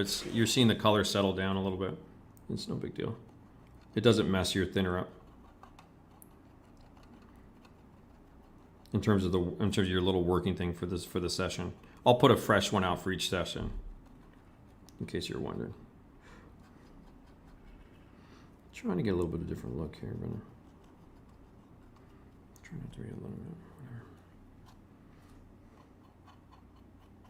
So then I would have to start opening bottles of different products to apply different colors and different stuff like that. So again, with the simple oil palette of you know, a little over, you know, 12 to 15 colors total. This palette here will cover 90% of the models I'm going to do. So, you know, you got your tans, your blues, your greens, your reds, your oranges, your dark brown, greasy black, grimy colors over here. That's it. You know, and you blend it on the palette. You can see my little mixing going on. So that intuitiveness happens when you get a little bit more comfortable and you can start getting that stuff on the left. So hopefully that kind of, you can see how this is going to take a lot of work, a lot of time to get even remotely close to kind of what's going on over here. So that's kind of the difference between the how that happened and why that happened. So let me switch real quick here. We'll wrap it up here in a few minutes. Let's see. This guy's a little bit tall. Will that stay up there?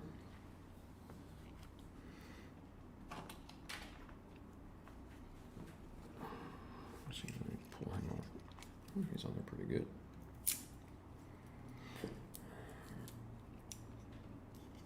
Double-sided tape to the wood there.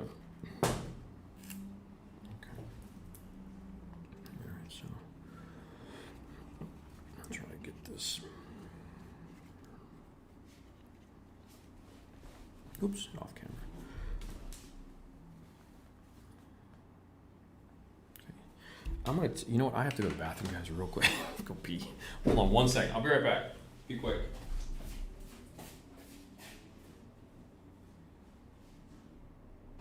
Don't go anywhere.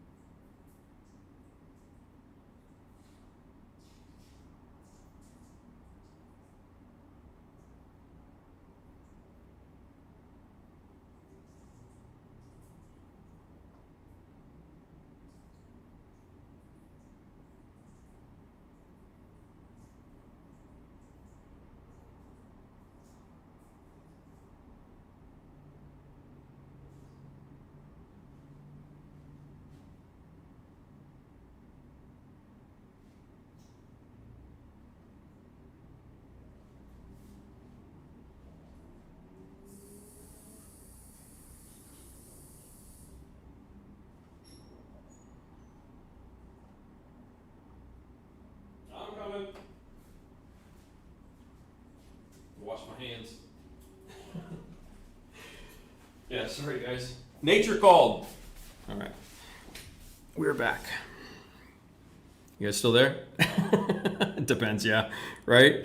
Give me a little streaming all. It's been 3 hours. And it's all coffee and water. Okay, so let's see. What I want to do here. We'll do just a little bit on this guy. We won't spend too much time, but I just want to show you guys real quick.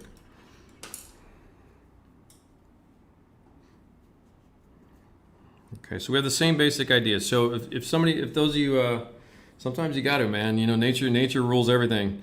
Color plastic. This is a Hasegawa Mechatro Wigo kit. It's mic is muted. Oh wait. Sorry, I got a little message there. You guys hear me? Okay, yeah, right. Coffee and water. That's me always. Okay, you guys hear me. What was I saying? So Hasegawa 135th Mechatro Wigo. It's a little sci-fi line they do, kind of a fantasy thing, but it's pretty cool. Colored plastic with the clear primer and just a dust of flat coat on top, just to give me a little like matte tooth.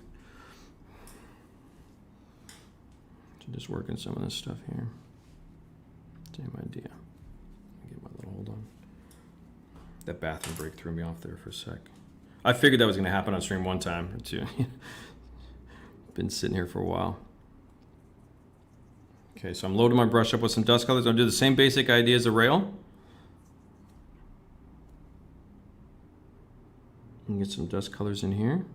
Got a little pink in there, that's okay, I don't really mind. So again, this has got a matte coat and a little primer coat. I'm being a little sloppy, simply because I know you guys are probably kind of, food is calling, yeah, for sure. Yep. Thank you, Corey. Appreciate it. Enjoy your meal, buddy. That sounded awesome. I'm a little jealous. Don't lie.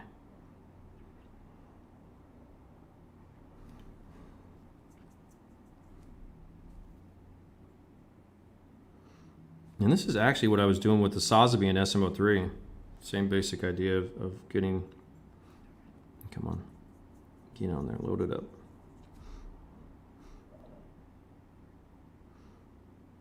Trying to get a little bit of a heavier, wetter dust at first.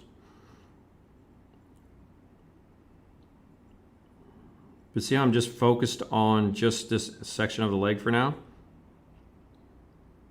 I'm not overly concerned just yet. I'm gonna get some nice contrast with the green.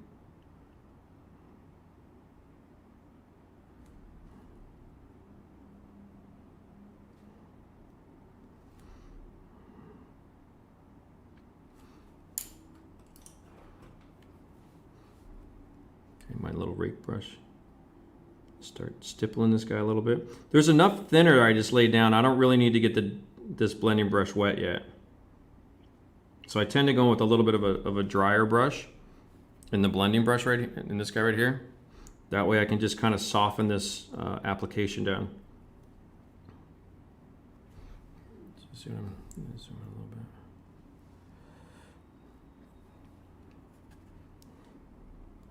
I'm just getting a little bit of dust in there. And this, in Jason, if you're still in chat there, this is kind of the same idea.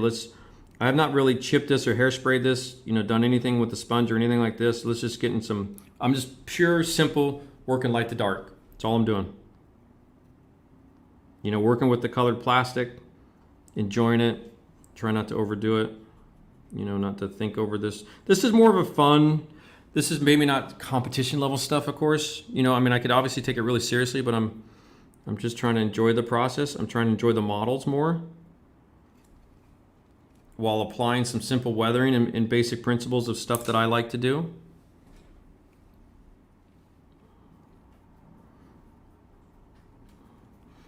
So see how there's a little dust right in this little ankle part here? I can come in with a sharper blending brush and wipe some of that back.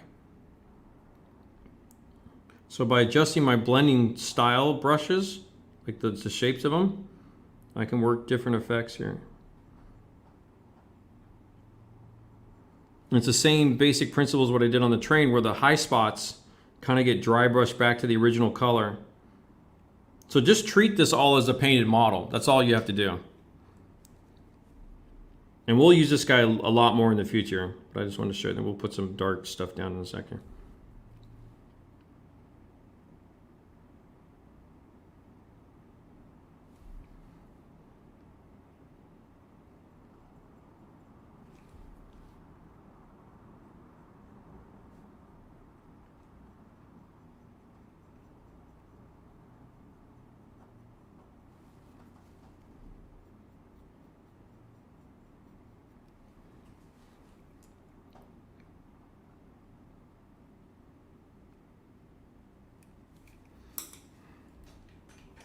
So I get to a nice little stopping point.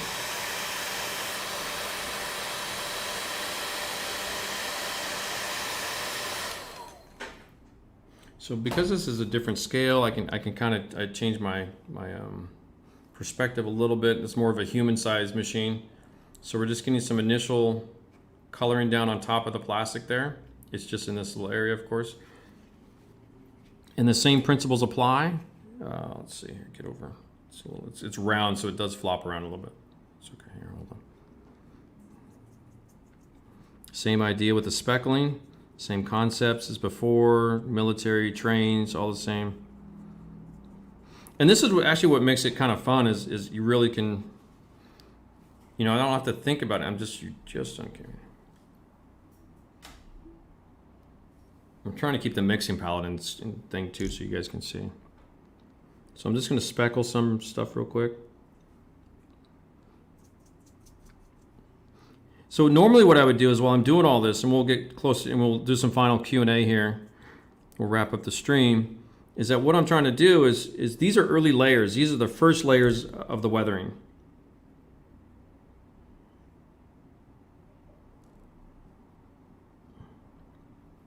You guys can, oops, slightly off.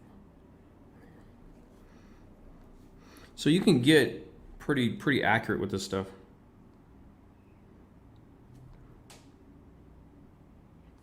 You can kind of see, it's a good, you see how that flicks?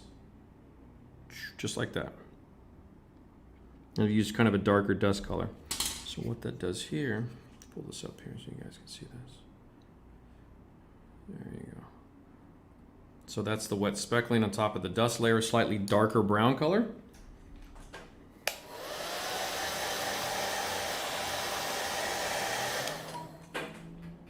And this is kind of the result of that. See how you're starting to get kind of that grimy little greasy little, dude, this is so much fun. It's so easy, so fast. And that's not even me trying to clean it up or anything yet. That's just me showing you just kind of a little bit of a dust, you know, get a little bit of speckles down. And if there's anything in there that you don't like, okay, let's fix some stuff. So say this guy right here in the blue right there, you know, some of these in here. Let's pull these down a little bit.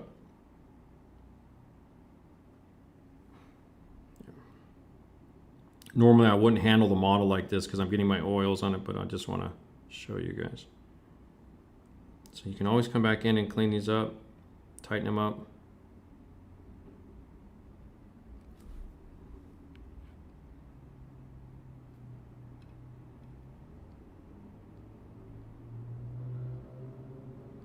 So what I've done is I've got a couple little stuff in here. So just to show you the future, what we're going to do, where I would go with this. Okay. So I can take some kind of a rusty orange. So to like, say for example, you want to kind of modulate this and do a little color modulation and have some fun, post shade, pre-shade.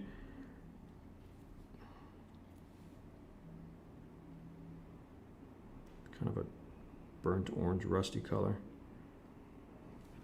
You can see how that application goes like that. It's just, that's what it looks like.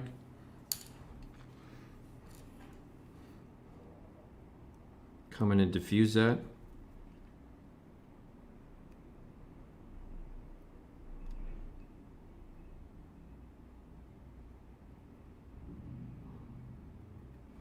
That was that darker color right over the, see how we're starting to get just a hint of like a color modulation type effect? Super simple, super easy. And it's still a little bit wet. There. Like I'm not even trying hard, guys. I'm literally just trying to bang this out. And it's already looking super cool. So say looking ahead a little bit, a couple more layers, switching to a brush here. Let's get a little, just because we all want to see, we want to see this. Yeah, this is the fun stuff. Because you know this little dude's gonna,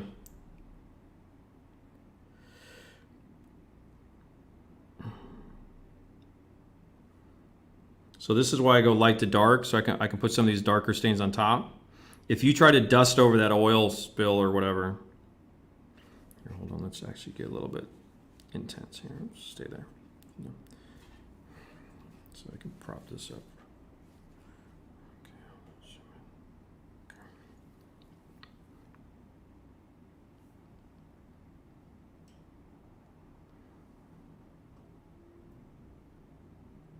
It's probably a little heavy-handed, but we'll clean some. I'll show you how to clean some stuff up.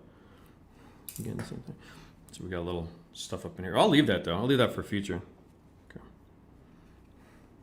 Come in here. I mean, dude, killing it. You guys like this stuff? I think I've got some color in that brush. Oh, I do.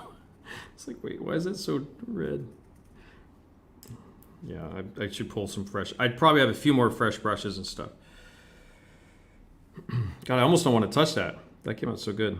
Let's come up in here. It looks like a scratch kind of a thing there. A little. Some of these dudes here, I'm just trying to. Again, this is, I can take my time and be more precise, but this is kind of fun weathering.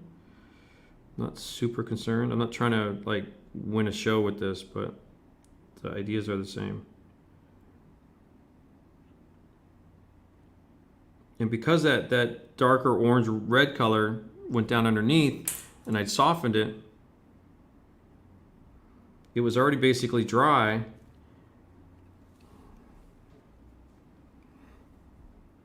And that's right over the colored plastic, guys. That's why I thought this idea would be so cool.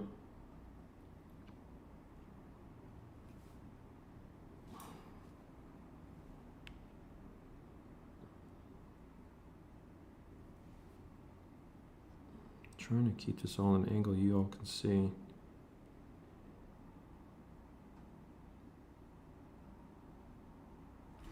Oops, keep bumping that with my glasses. Get in here a little bit.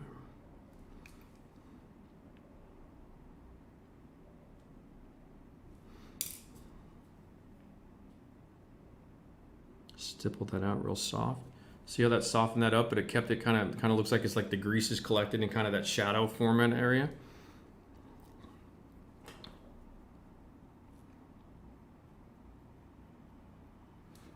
Oops, I'm off camera, sorry about that.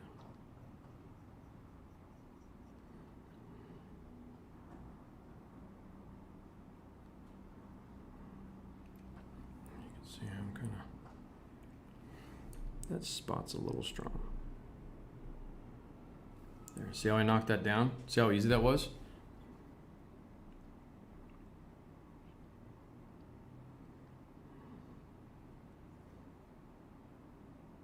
So by putting those speckles on, it kind of randomly starts applying some of these discolorations and stuff. I'm just working with the speckles a little bit, just kind of letting it happen. I'm not really like thinking about it too much.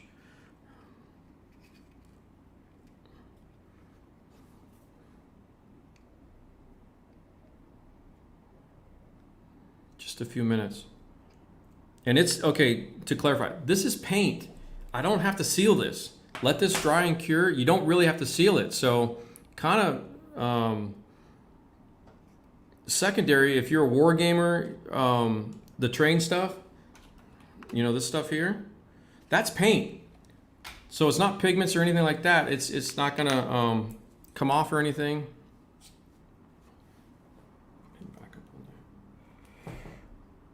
God, I just want to sit here all day and finish. Like, I could probably spend all day just finishing him. I pulled the arms off so a little bit easier. I could probably, everything's a poly cap. So if you guys are unfamiliar, just like to me a dry sprocket or whatever, there's a little rubber poly cap in there, and that's just a little ball and socket joint, and that just pops right on so it moves around. And these are all poly caps in there too. So the main joints. But this is the same conversation for the Gundam crowd. I didn't get to it for this part yet because we're going to take it a little bit like different level. Hopefully that kind of, you know, gets you guys kind of up to snuff there. That's pretty solid work right there. Process never been okay. So let's just get some final Q&As, guys. We'll wrap up here in the next 5 minutes. Whatever you got going on. Yeah, Machining Krieger. This is super perfect for Machining Krieger. Once you get your base colors down. So again, let me back up. This is colored plastic. It's the same process on a painted model. I'm not doing anything different to this guy. It's the same thing, identical. Just I put paint down first to get the color I wanted. This stuff comes in the color already, so I'm using that as my base color and then working with it. Same with this stuff. So you can see on pre-painted stuff, on toys, on action figures, you can use all of this stuff the same. It's the same oil paint palette, same thinner, same brushes. That's it. So the process never been only trained. So appreciative of the books as it's opened up a way different approach. Probably love that you're finally doing this. Yeah, me too. Let's say it's been. We had Jason Focus Creative Studio had visited Portland, and we had coffee and all that stuff, and spent some time by the water in the river here, and we had a nice time. And it was real, you know, nice to meet you. And he sent me some train stuff later. So. Yeah, so just found your stream. Where we got, oops, something's shifting here. Hold on a sec here. We got it. Yeah, so John Fossey says, I'm not a sci-fi Gundam guy, however I see it, like what the, there are no rules, there are no rules. Go nuts. Nobody can tell you you're wrong, absolutely. And so, let's see, so John Fossey there in the chat, when you apply the rules of your references are your rules and your envelope and your structure, that your format that you're working within. So I'm taking the same basic principles of a greasy hub bolt onto that hip joint. It's the same thing for Mike and you gun guys in there with the joints and the elbows and stuff like that. This idea of weathering onto here, it's the same principles. Same principles. I'm looking at the circular efforts, what's going on with the machine and how it functions. It's the same idea across the board. Jim Lash, just found your stream very informative. Good listening while I'm in the office. Awesome. Thank you, Jim. Welcome. Oh, you're at the bench. All right, cut you off there. Yeah, absolutely. So yeah, Mike, I saw your question there for a second. Where'd you go? Is that the power loader? Yes, it is the power loader version. So it's the Mechatro Wego. They have these power loader arms. So it's a two kit box. You have the green, yellow duty, and then you've got duty. I said duty. There. So here's the arm. It's off of it. The arm goes right there.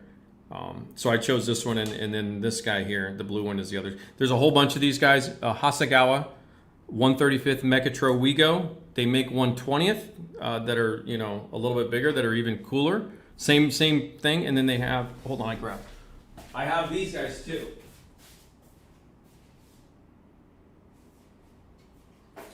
So these are the Chubus. These are all little Japanese sci-fi toys, guys, that are turned into model kits. This is also Hasegawa 135th scale. It's a little walk. The dude sits right here, and it's like a little power walker loader dude. Yeah, it's really cool. It's got a little head up there, arms. He's carrying like a little briefcase thing. Another little cool quasi-civilian / robot military dude. They're super neat. Yeah, you can see. But they're 35th scale, so they're the same figures that we use in 35th scale, the same people size. So yeah, so where are we going? Coffee and water. Yes, me. Yeah, sorry, I had a little need to break there. Did I miss something? Gun with the bun. Italy won. Oh, okay. How do you feel about the oil dot? Okay, there it is, Mike. Yeah, I want to answer this. So Mike Skyers asked, how do you feel about the oil dots method? So the difference is, because they are different, even though they both use oil paints. So the oil dot method is, the reason I don't use it that much, if at all, is you're out of control. And what I mean by that is you're putting down random dots of color oils on the surface, reds, greens, yellows, blues, and then you're just wiping it off. Any process where you're just putting stuff down and wiping it off in terms of removal to kind of get that look, it's the same idea over here in the centerpiece here of just putting the wash down and wiping it back off versus actually recreating weathering. It's an easy technique and it gets you moving down the road, but it can be used as probably like a really base underlayer, like a pre-shade or a post-shade, but you're not going to get anything specific out of it like this. So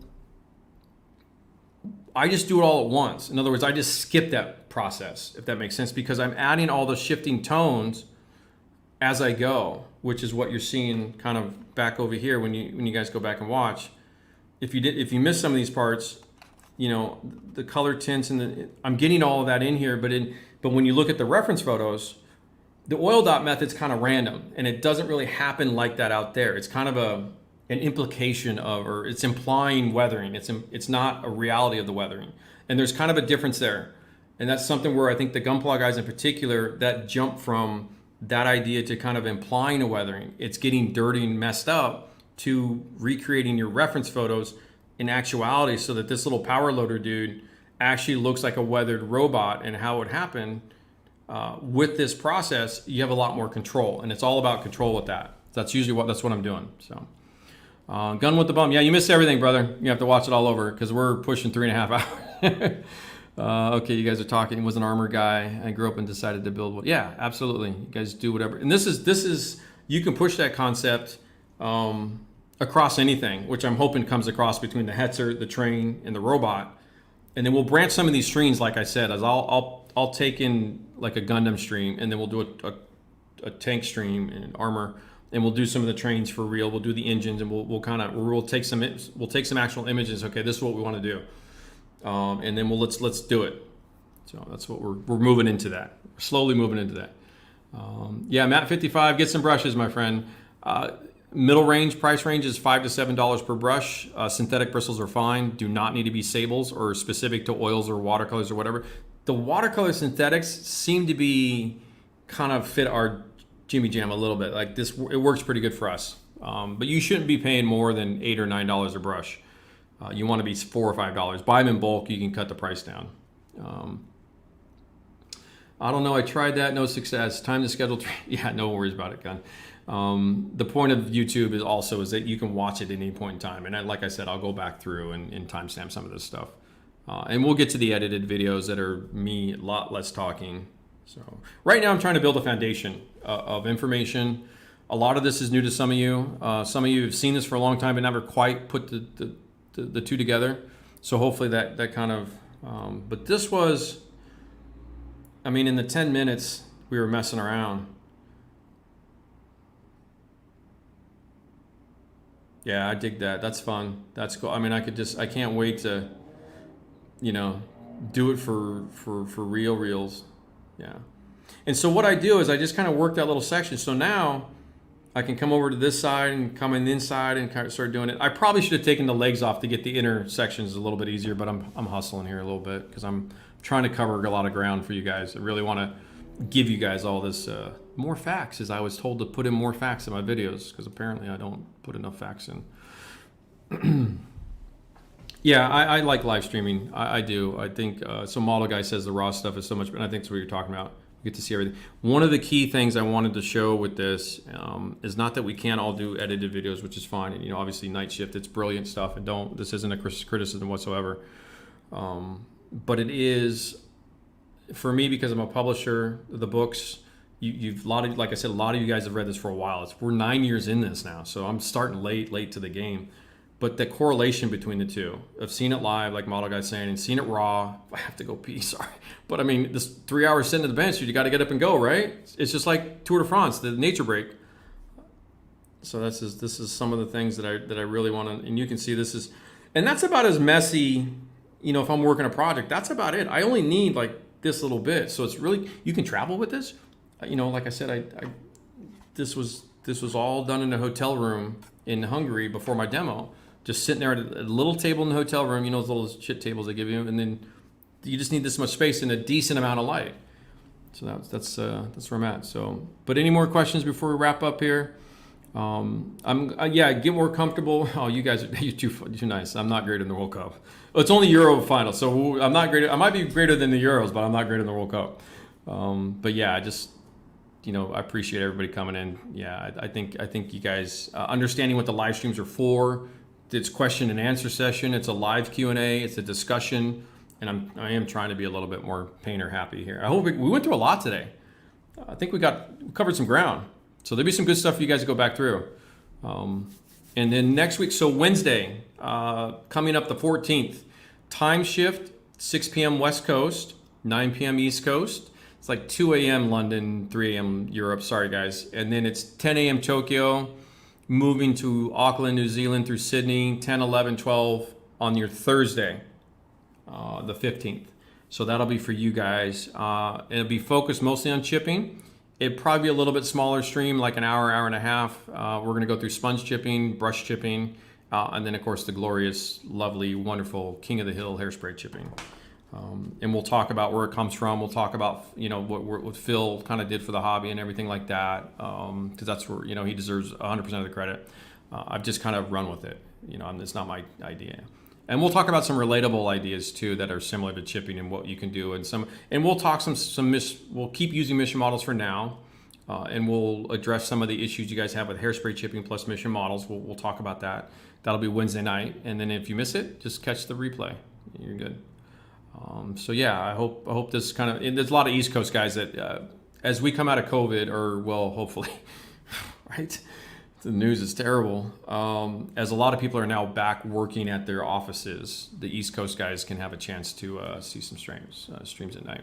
We'll see how it goes. Yeah, no, awesome, guys. I'm glad you guys like the raw factor a little bit. I'm glad this is going. So, but anyway, 3:35. I'm a hungry mofo. You all are fantastic. Thank you. Please do like the streams. And if you've missed a lot of this, you're new to this, you don't have to watch all the streams, but they're time stamped in chapters to kind of move through some stuff. Yeah, I figured football was going on, but yeah, I hope you guys, David, thank you for coming by at the end here. All that good stuff, and we'll go on from there, and we'll keep going. And like I said, we'll keep doing the same pieces, but we'll keep moving through some fresher stuff too, and everything like that. So yeah, I think that the late evening time, U.S. guys, figure it 2 hours. So if you are East Coast time zone, 9 p.m. Till like 11 to 12 midnight. So I won't go too past that. I'll be a little bit stricter, but we went long tonight because we were doing a lot of fun stuff. Yeah, did we hit everything? Is that it, guys? Everybody good? Happy Sunday, happy Monday. Yeah, go watch some soccer now. I'm gonna watch the Tour de France. Oh, Cav, my boy Cav needs a little props. He tied the great Eddie Merckx with his 34th stage win yesterday. Phenomenal, just utter great stuff. So, but anyway, you guys, this is awesome. Thank you guys. Appreciate it all, and we'll see you soon. See you on the internet. Bye, guys.